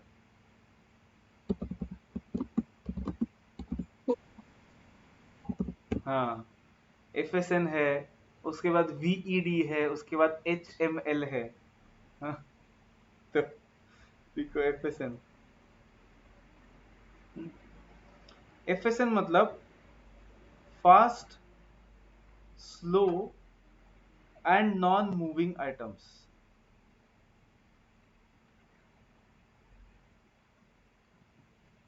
fast, slow and non moving items.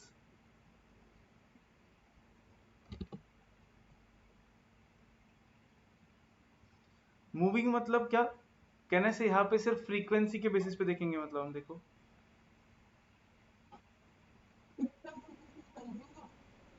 हाँ मतलब कितना वो उसका मटेरियल आ रहा है जा रहा है, मूवमेंट कितना हो रहा है उसमें, मतलब कंजम्पशन ही कि कौन सा मटेरियल ज्यादा बार यूज होता है, कौन सा मटेरियल कम बार यूज होता है। सो classification based on frequency of use, frequency of usage, usage मतलब कंजम्पशन, फ्रीक्वेंसी ऑफ कंजम्पशन के बेसिस पे क्लासिफाई करेंगे इसको हम।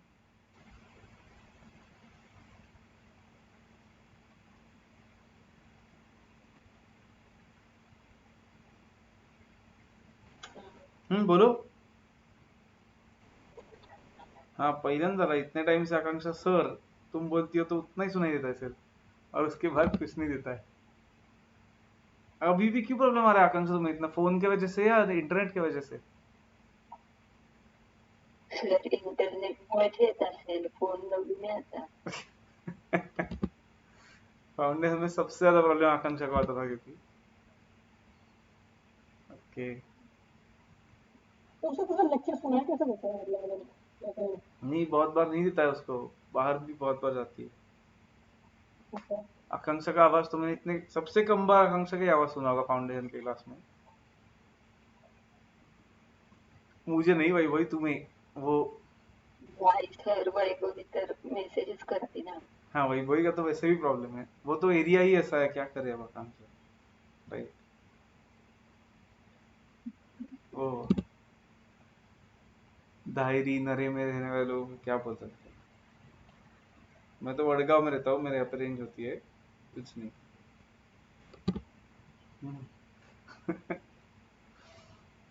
ओके चलो next, fast moving. Fast moving मतलब क्या, items which are frequently used, frequently used.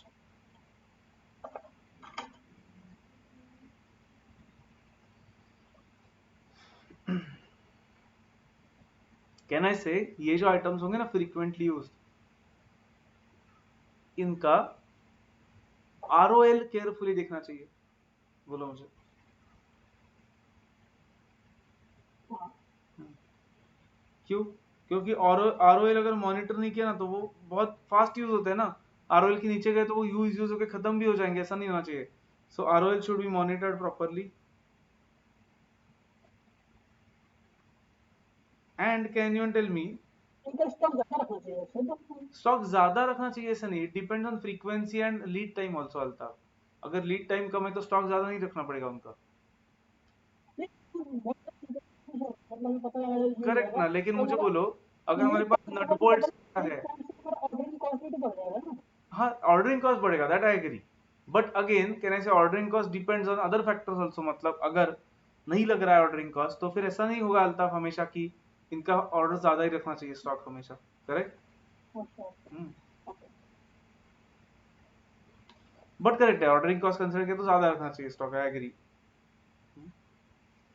But actually इसीलिए देखो यहाँ पे मैं ऑर्डरिंग कॉस्ट और कैरिंग कॉस्ट पे कमेंट ही नहीं कर रहा हूँ अल्ताफ। क्यों? क्योंकि इनको हम वैल्यू के बेसिस पे कुछ कमेंट कर रहे हैं क्या? नहीं, नहीं, तो ये लो वैल्यू वाले भी हो सकते हैं, हाई वैल्यू वाले भी हो सकते हैं, तो हमें पता नहीं कैसे है। तो let's not comment on ordering cost carrying cost in this. मुझे बोलो स्टोर्स में फिजिकली ये गुड्स कहाँ पे रखने चाहिए, डोर के नजदीक या अगर डोर दो के सेकंड अंदर? 2 मिनट के लिए रुकने के आखिर में कुछ हो रहा है, मतलब स्टोर स्टार्ट करता है। हाँ आ जाओ, मैं सिर्फ इतना ही पॉइंट लिख रहा हूँ, एक पॉइंट सुन के जाओ, कंसंट्रेट।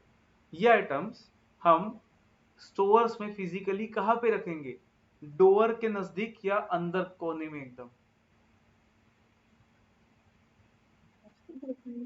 डोर के नजदीक क्यों? डोर के लिए करेक्ट, क्यों?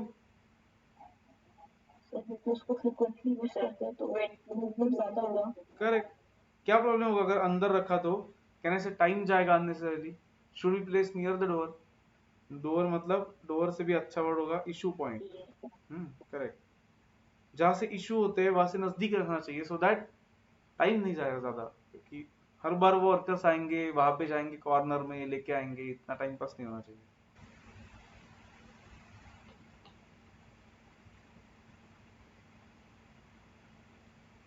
तो क्या था? कुछ नहीं, उतना ही एक पॉइंट देखो। शुड बी प्लेस ऐसा था कुछ। Should be place near issue point. बहुत अंदर रखा उनको तो टाइम जाएगा। Slow moving.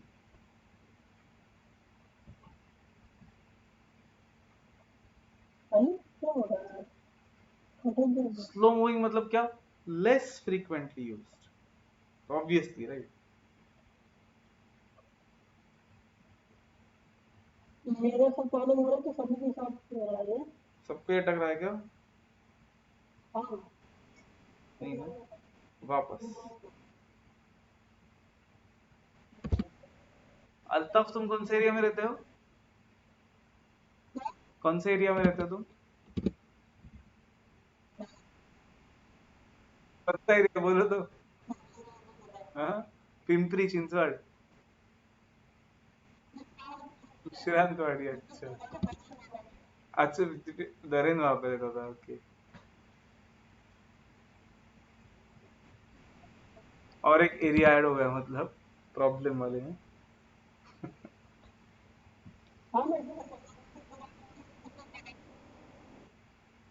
अच्छा, वडगांव का कुछ भी लेना नहीं, वडगांव में एकदम परफेक्ट है। मुझे अब तक एक भी बार नेट का इशू आया क्या इंटर चालू होने से? इंटर में, फाउंडेशन का नहीं पूछ रहा हूँ मैं, वो तो हो गया अब।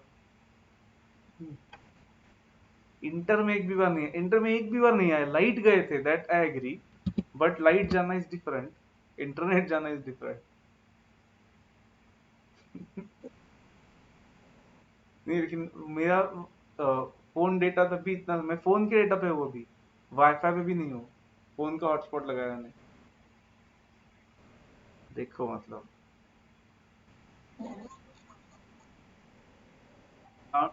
फाउंडेशन में कभी कभी इतने दिन में, मतलब हमारे भी पूरे बैच में एक दो बार हो सकता है।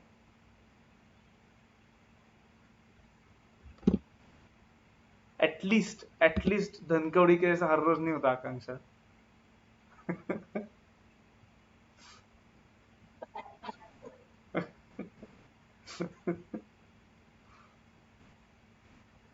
ओके, डन, लिखा सबने।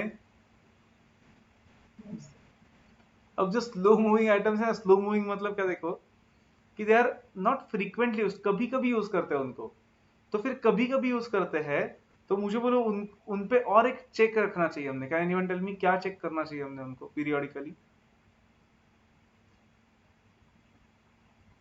अगर वो आइटम्स को कभी कभी यूज कर सकते हैं हम, करते हैं हम, तो पीरियोडिकली कहना से उनको चेक करना चाहिए कि वो खराब नहीं हुए ना।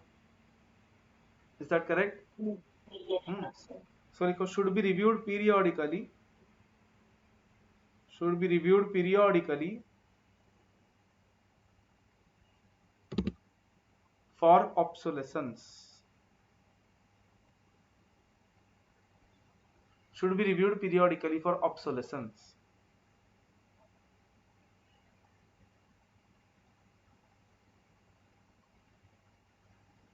ऑब्जर्वेशन के लिए क्यों मतलब आउटडेटेड हो जाएंगे प्रोडक्ट। हाँ, मतलब हम उनको इसे कम यूज करते हैं, बहुत रेयरली। तो वी शुड चेक कि ऐसा नहीं हुआ है ना कि वो वहां पे पड़ा है 4 महीने से और वो यूजफुल भी नहीं है। अगर है तो डिग्रेड देखो, होगा ना सर। इफ यस, हाँ, डिग्रेड भी हो सकता है, मतलब obsolescence and deterioration also. If yes ऐसा नहीं, if they are obsolete, obsolete या डिग्रेडेड, करेक्ट। ऑब्सोलीट या खराब हो चुके, if they are obsolete, can I say should be shifted to non moving category? Should be shifted to non moving category, does everyone agree?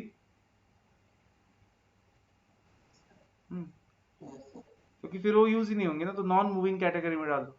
Non moving में फिर first line यही लिखेंगे कि items which are not used.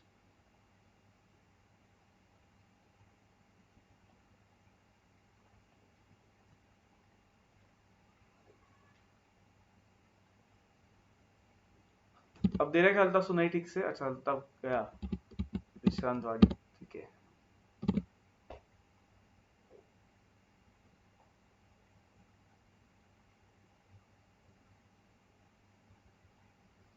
Items which are not used है तो क्यों रखेंगे हम हमारे पास, बोलो?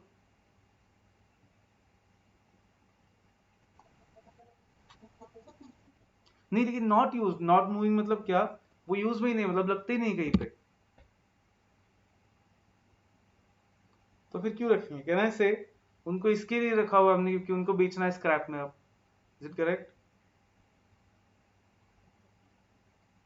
दे आर हेल्ड फॉर डिस्पोजल, मतलब क्या? शायद वो नहीं यूज हो रहा है तो अभी स्क्रैप में बेच देंगे उनको, करेक्ट? उनका यूज तो कुछ भी नहीं है। ऐसे आइटम्स नहीं लेंगे हम इसमें कि जिसका यूज है, जिसका कुछ यूज है उनको स्लो मूविंग में ले लेंगे। अगर कोई भी यूज नहीं है तो उनको नॉन मूविंग में ले लेंगे। Is this clear to everyone?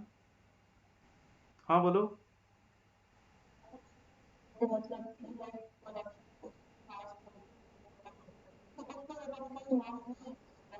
हाँ, अगर फास्ट मूविंग खत्म हो गया तो उसके जगह पे जो यूज करेंगे उसको फिर स्लो मूविंग में डालेंगे। कहा गया नॉन मूविंग मतलब क्या, हमें देखना है पूरा कंप्लीटली यूजलेस फॉर प्रोडक्शन, ऐसे। अरे नहीं खरीदते क्यों? ऐसा नहीं, खरीदा होगा तब वो यूजफुल होगा। कहा गया बट इज इट पॉसिबल कि वो अब शायद खराब हो गया है, राइट? या शायद अब हमने प्रोडक्शन प्रोसेस चेंज कर दिया तो वो यूजफुल ही नहीं रहा। हम्म तो थोड़ा भी यूजफुल है तो हम उसको स्लो मूविंग में डाल देंगे कि it is still, it can move, right? It can be used, ऐसे। क्या एनीवन टेल मी? अल्ताफ तुम हो क्या ये? अलग नाम से? ओके ठीक है। Tell me, accounting point of view से what should be done about this?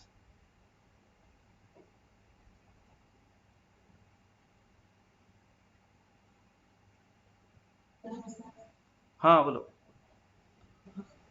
Yes, non moving items के लिए what should we do from accounting point of view?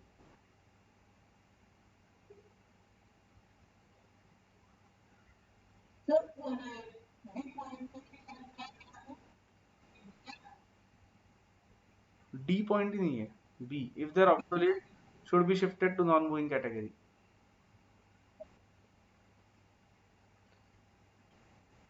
अगर नॉन मूविंग आइटम्स है तो उनको अकाउंटिंग पॉइंट ऑफ व्यू से क्या करना चाहिए? Anyone? Which are held for disposal.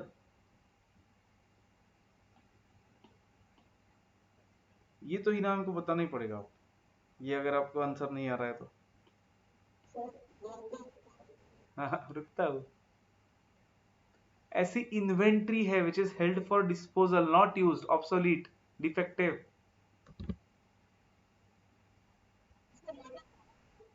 Very good, उसको राइट ऑफ करना चाहिए। या मतलब क्या कहना से इसका कॉस्ट और एनआरवी में से मोस्ट प्रोबेबली क्या कम होगा इसमें से? करेक्ट, एनआरवी कम होगी ऐसे स्टॉक में, राइट? मतलब कहना से इसका लॉस राइट ऑफ कर देना चाहिए हमने, एनआरवी पे नीचे वैल्यू करना चाहिए उसको। सो देखो loss should be, loss should be provided for in the books.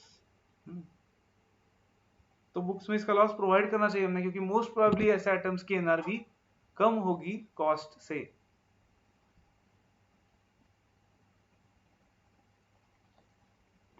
These are items which are not useful for production. अगर यूजफुल है थोड़ा भी तो हम उसको स्लो मूविंग में डालेंगे प्रेफरेबली।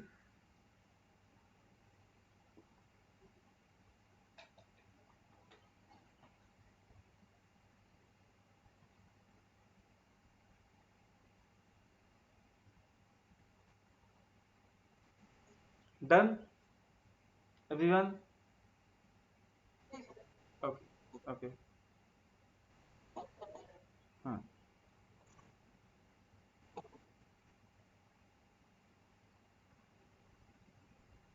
ये बहुत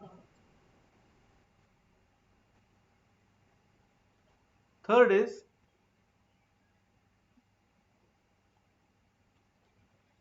VED classification. VED classification.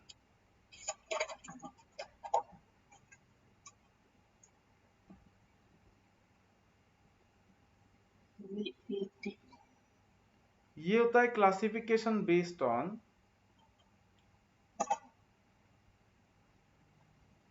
Importance. अब ये फाइनली इंपॉर्टेंस के बेसिस पे classification based on importance in production and finished product. मतलब प्रोडक्शन एंड फिनिश्ड प्रोडक्ट के लिए कितना इंपॉर्टेंट है वो रॉ मटेरियल, उसके बेसिस पे हम वीईडी क्लासिफिकेशन करते हैं. वीईडी इज, देखते हैं, वाइटल. वाइटल मतलब क्या? वाइटल इज वेरी नेसेसरी, मतलब वो नहीं होगा तो प्रोडक्शन ही नहीं होगा. Vital is most important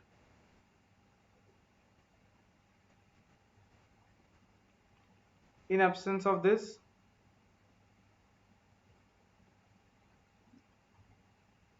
production will stop. Production stop होगा इसके एब्सेंस में.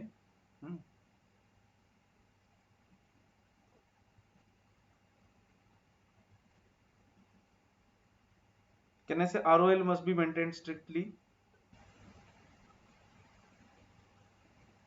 Is this correct? क्योंकि रीऑर्डर लेवल फॉलो नहीं हुआ तो फिर स्टॉक जीरो हो सकता है उसका, ऐसा नहीं होना चाहिए.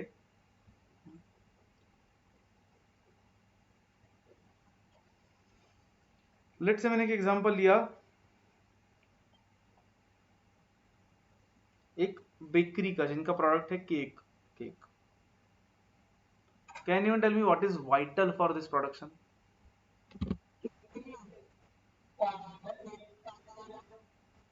क्या? केक नहीं बोल सकते, लेकिन कहने से वो जो फ्लावर होगा, वो शुगर होगा, राइट, ये सारी चीजें वाइटल होगी कि इसके विदाउट दिस केक ही नहीं बन सकता. मतलब इसका स्टॉक उनको आरओएल प्रॉपरली मेंटेन करना पड़ेगा, बड़ी बेकरी है तो. अदरवाइज उनका केक का प्रोडक्शन ही स्टॉप हो जाएगा. So that should not happen. Utensils भी ना. यूटेंसिल्स वीवर्ड कैसे होता है ना, utensils is it raw material और will it be an asset? मतलब फिक्स्ड एसेट होगा या रॉ मटेरियल होगा? फिक्स्ड एसेट होगा, right, because utensils are used for longer period. मतलब सिर्फ एक बार नहीं यूज करेंगे तो उनको रॉ मटेरियल में नहीं डालेंगे ना, उनको फिक्स्ड एसेट्स में डालेंगे और डिप्रिसिएशन देंगे. ओके.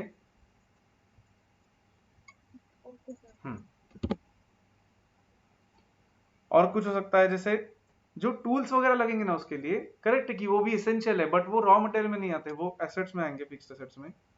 तो उनको ऑर्डर वापस बार बार नहीं करना पड़ेगा. Next letter is E. E stands for essential. Essential.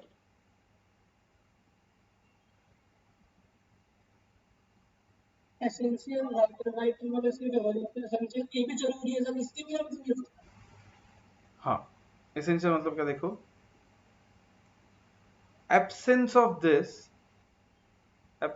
this causes substandard. Substandard मतलब lower quality, correct, lower quality production.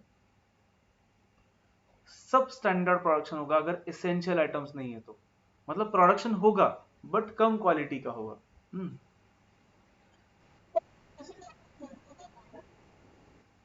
हाँ, एसेंशियल मतलब they are required but they are not absolutely necessary.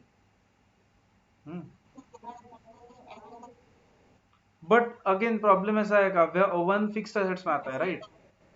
Otherwise आ सकता था, correct है, but material wise देखना है तो कहने से हाँ, एग, फिर वो केक का आइसिंग, ये सारी चीजें इससे, right.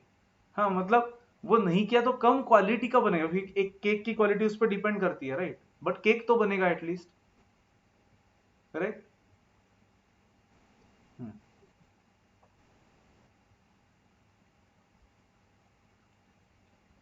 Can I say should be reviewed periodically?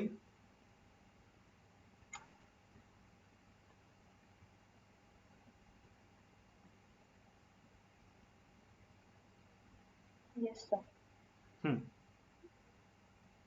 Last letter क्या है उसमें से? D. D. D is for desirable. Desirable मतलब डिजायर्ड है, नहीं हुआ तो डज नॉट मैटर, फर्क ही नहीं पड़ता हमें, नहीं हुआ तो नहीं हुआ।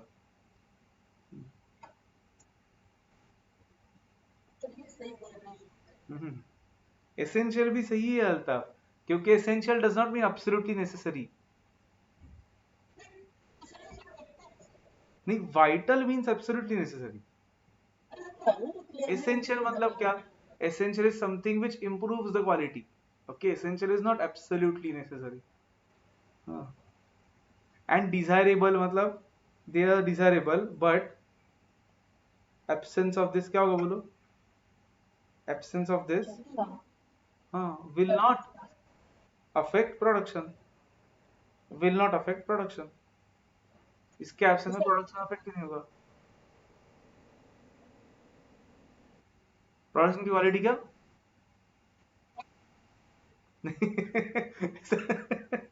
मतलब ये नहीं है तो? अच्छा ये है तो, ओके ओके, अच्छा अच्छा। मुझे लगा नहीं है तो क्वालिटी अच्छी होगी। एग्जाम्पल?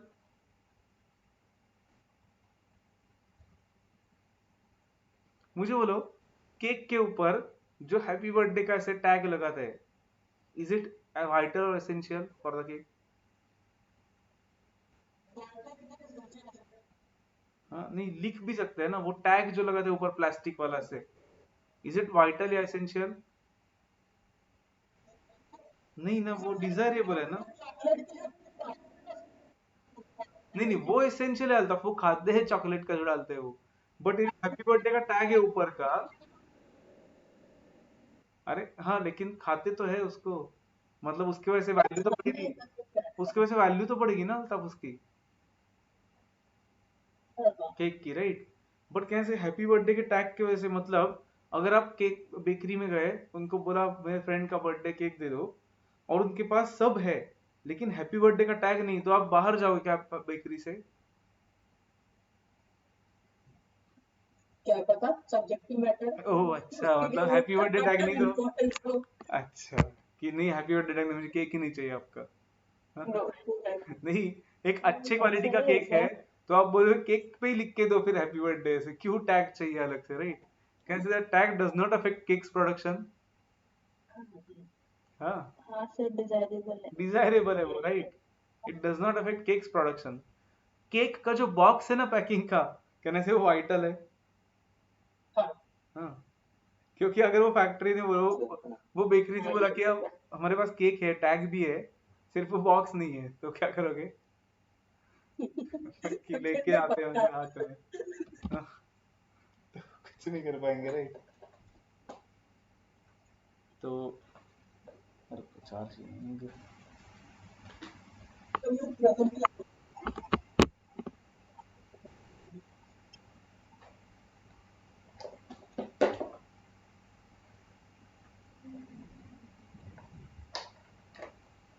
Okay.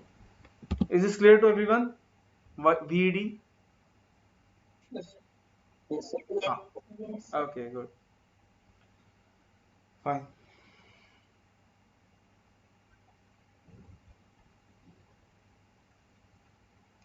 कहने से ये क्लासिफिकेशन ज्यादा मैटर करेगा जहां पे गुड्स एकदम ऐसे कुछ तो, मतलब गुड्स की टाइमली डिलीवरी एंड एवरीथिंग बहुत इंपॉर्टेंट है, वहां पे मैटर करेगा। हम्म, जैसे कि केक के केस में it is okay, cake case में जनरली अगर कस्टम मेड वगैरह केक से तो वैसे भी टाइम होता है, टाइम गैप होता है बीच में ऑर्डर प्लेस करने में और रिसीव डिलीवर करने में। बट कहने से हॉस्पिटल वगैरह होगा तो कहने से ये क्लासिफिकेशन इंपॉर्टेंट होगा बहुत। हम्म। हम्म, वाइटल आइटम्स उन्होंने करके ही रखना चाहिए क्लासीफाई अलग से, अदरवाइज प्रॉब्लम हो सकता है। या फिर ऐसा कोई मैन्युफैक्चरिंग फैक्ट्री है जहाँ पे क्विकली प्रोडक्शन होता है, मतलब ऑर्डर देने के बाद लेट से एक आधे दिन में उनको डिलीवर करना पड़ता है, तो फिर ये क्लासिफिकेशन इंपॉर्टेंट रहेगा। फिर लास्ट क्लासिफिकेशन देखते हैं, फिर then will stop for today. Fourth, 1 second का ये लिखो, HML क्लासिफिकेशन।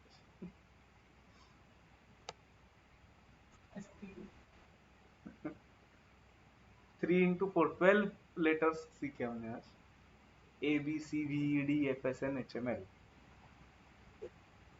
HML किसके लिए स्टैंड करता होगा? HML किसके लिए स्टैंड करता होगा? High cost, medium cost and low cost. Correct, high cost, medium cost and low cost.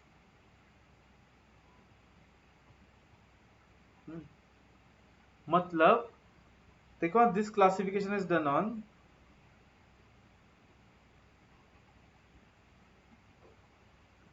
Per unit cost basis. ABC में हम पर यूनिट ले रहे थे क्या?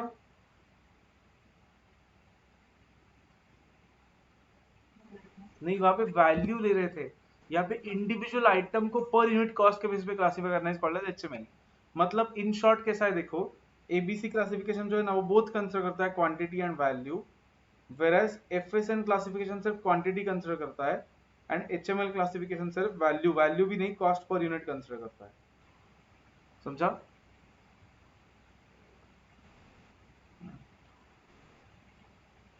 ये बाकी इस पे न्यूमेरिकल्स नहीं है, बट टेस्ट में वगैरह क्वेश्चन आ सकता है, सो बी अवेयर। बाकी इंस्टीट्यूट ने कभी भी नहीं पूछा है एक भी बार, बट टेस्ट में आ सकता है, आई डोंट नो, हमारे क्लास के। ओके,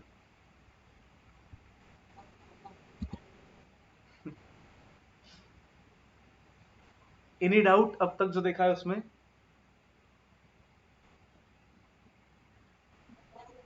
हाँ, ओके। हाँ, आ सकता है, आई डोंट नो, मतलब आ सकता है, मुझे पता नहीं, मतलब आ भी सकता है, नहीं भी आ सकता है।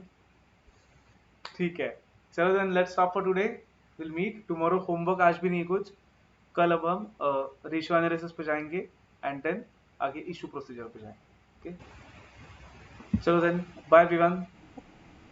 ये बाय।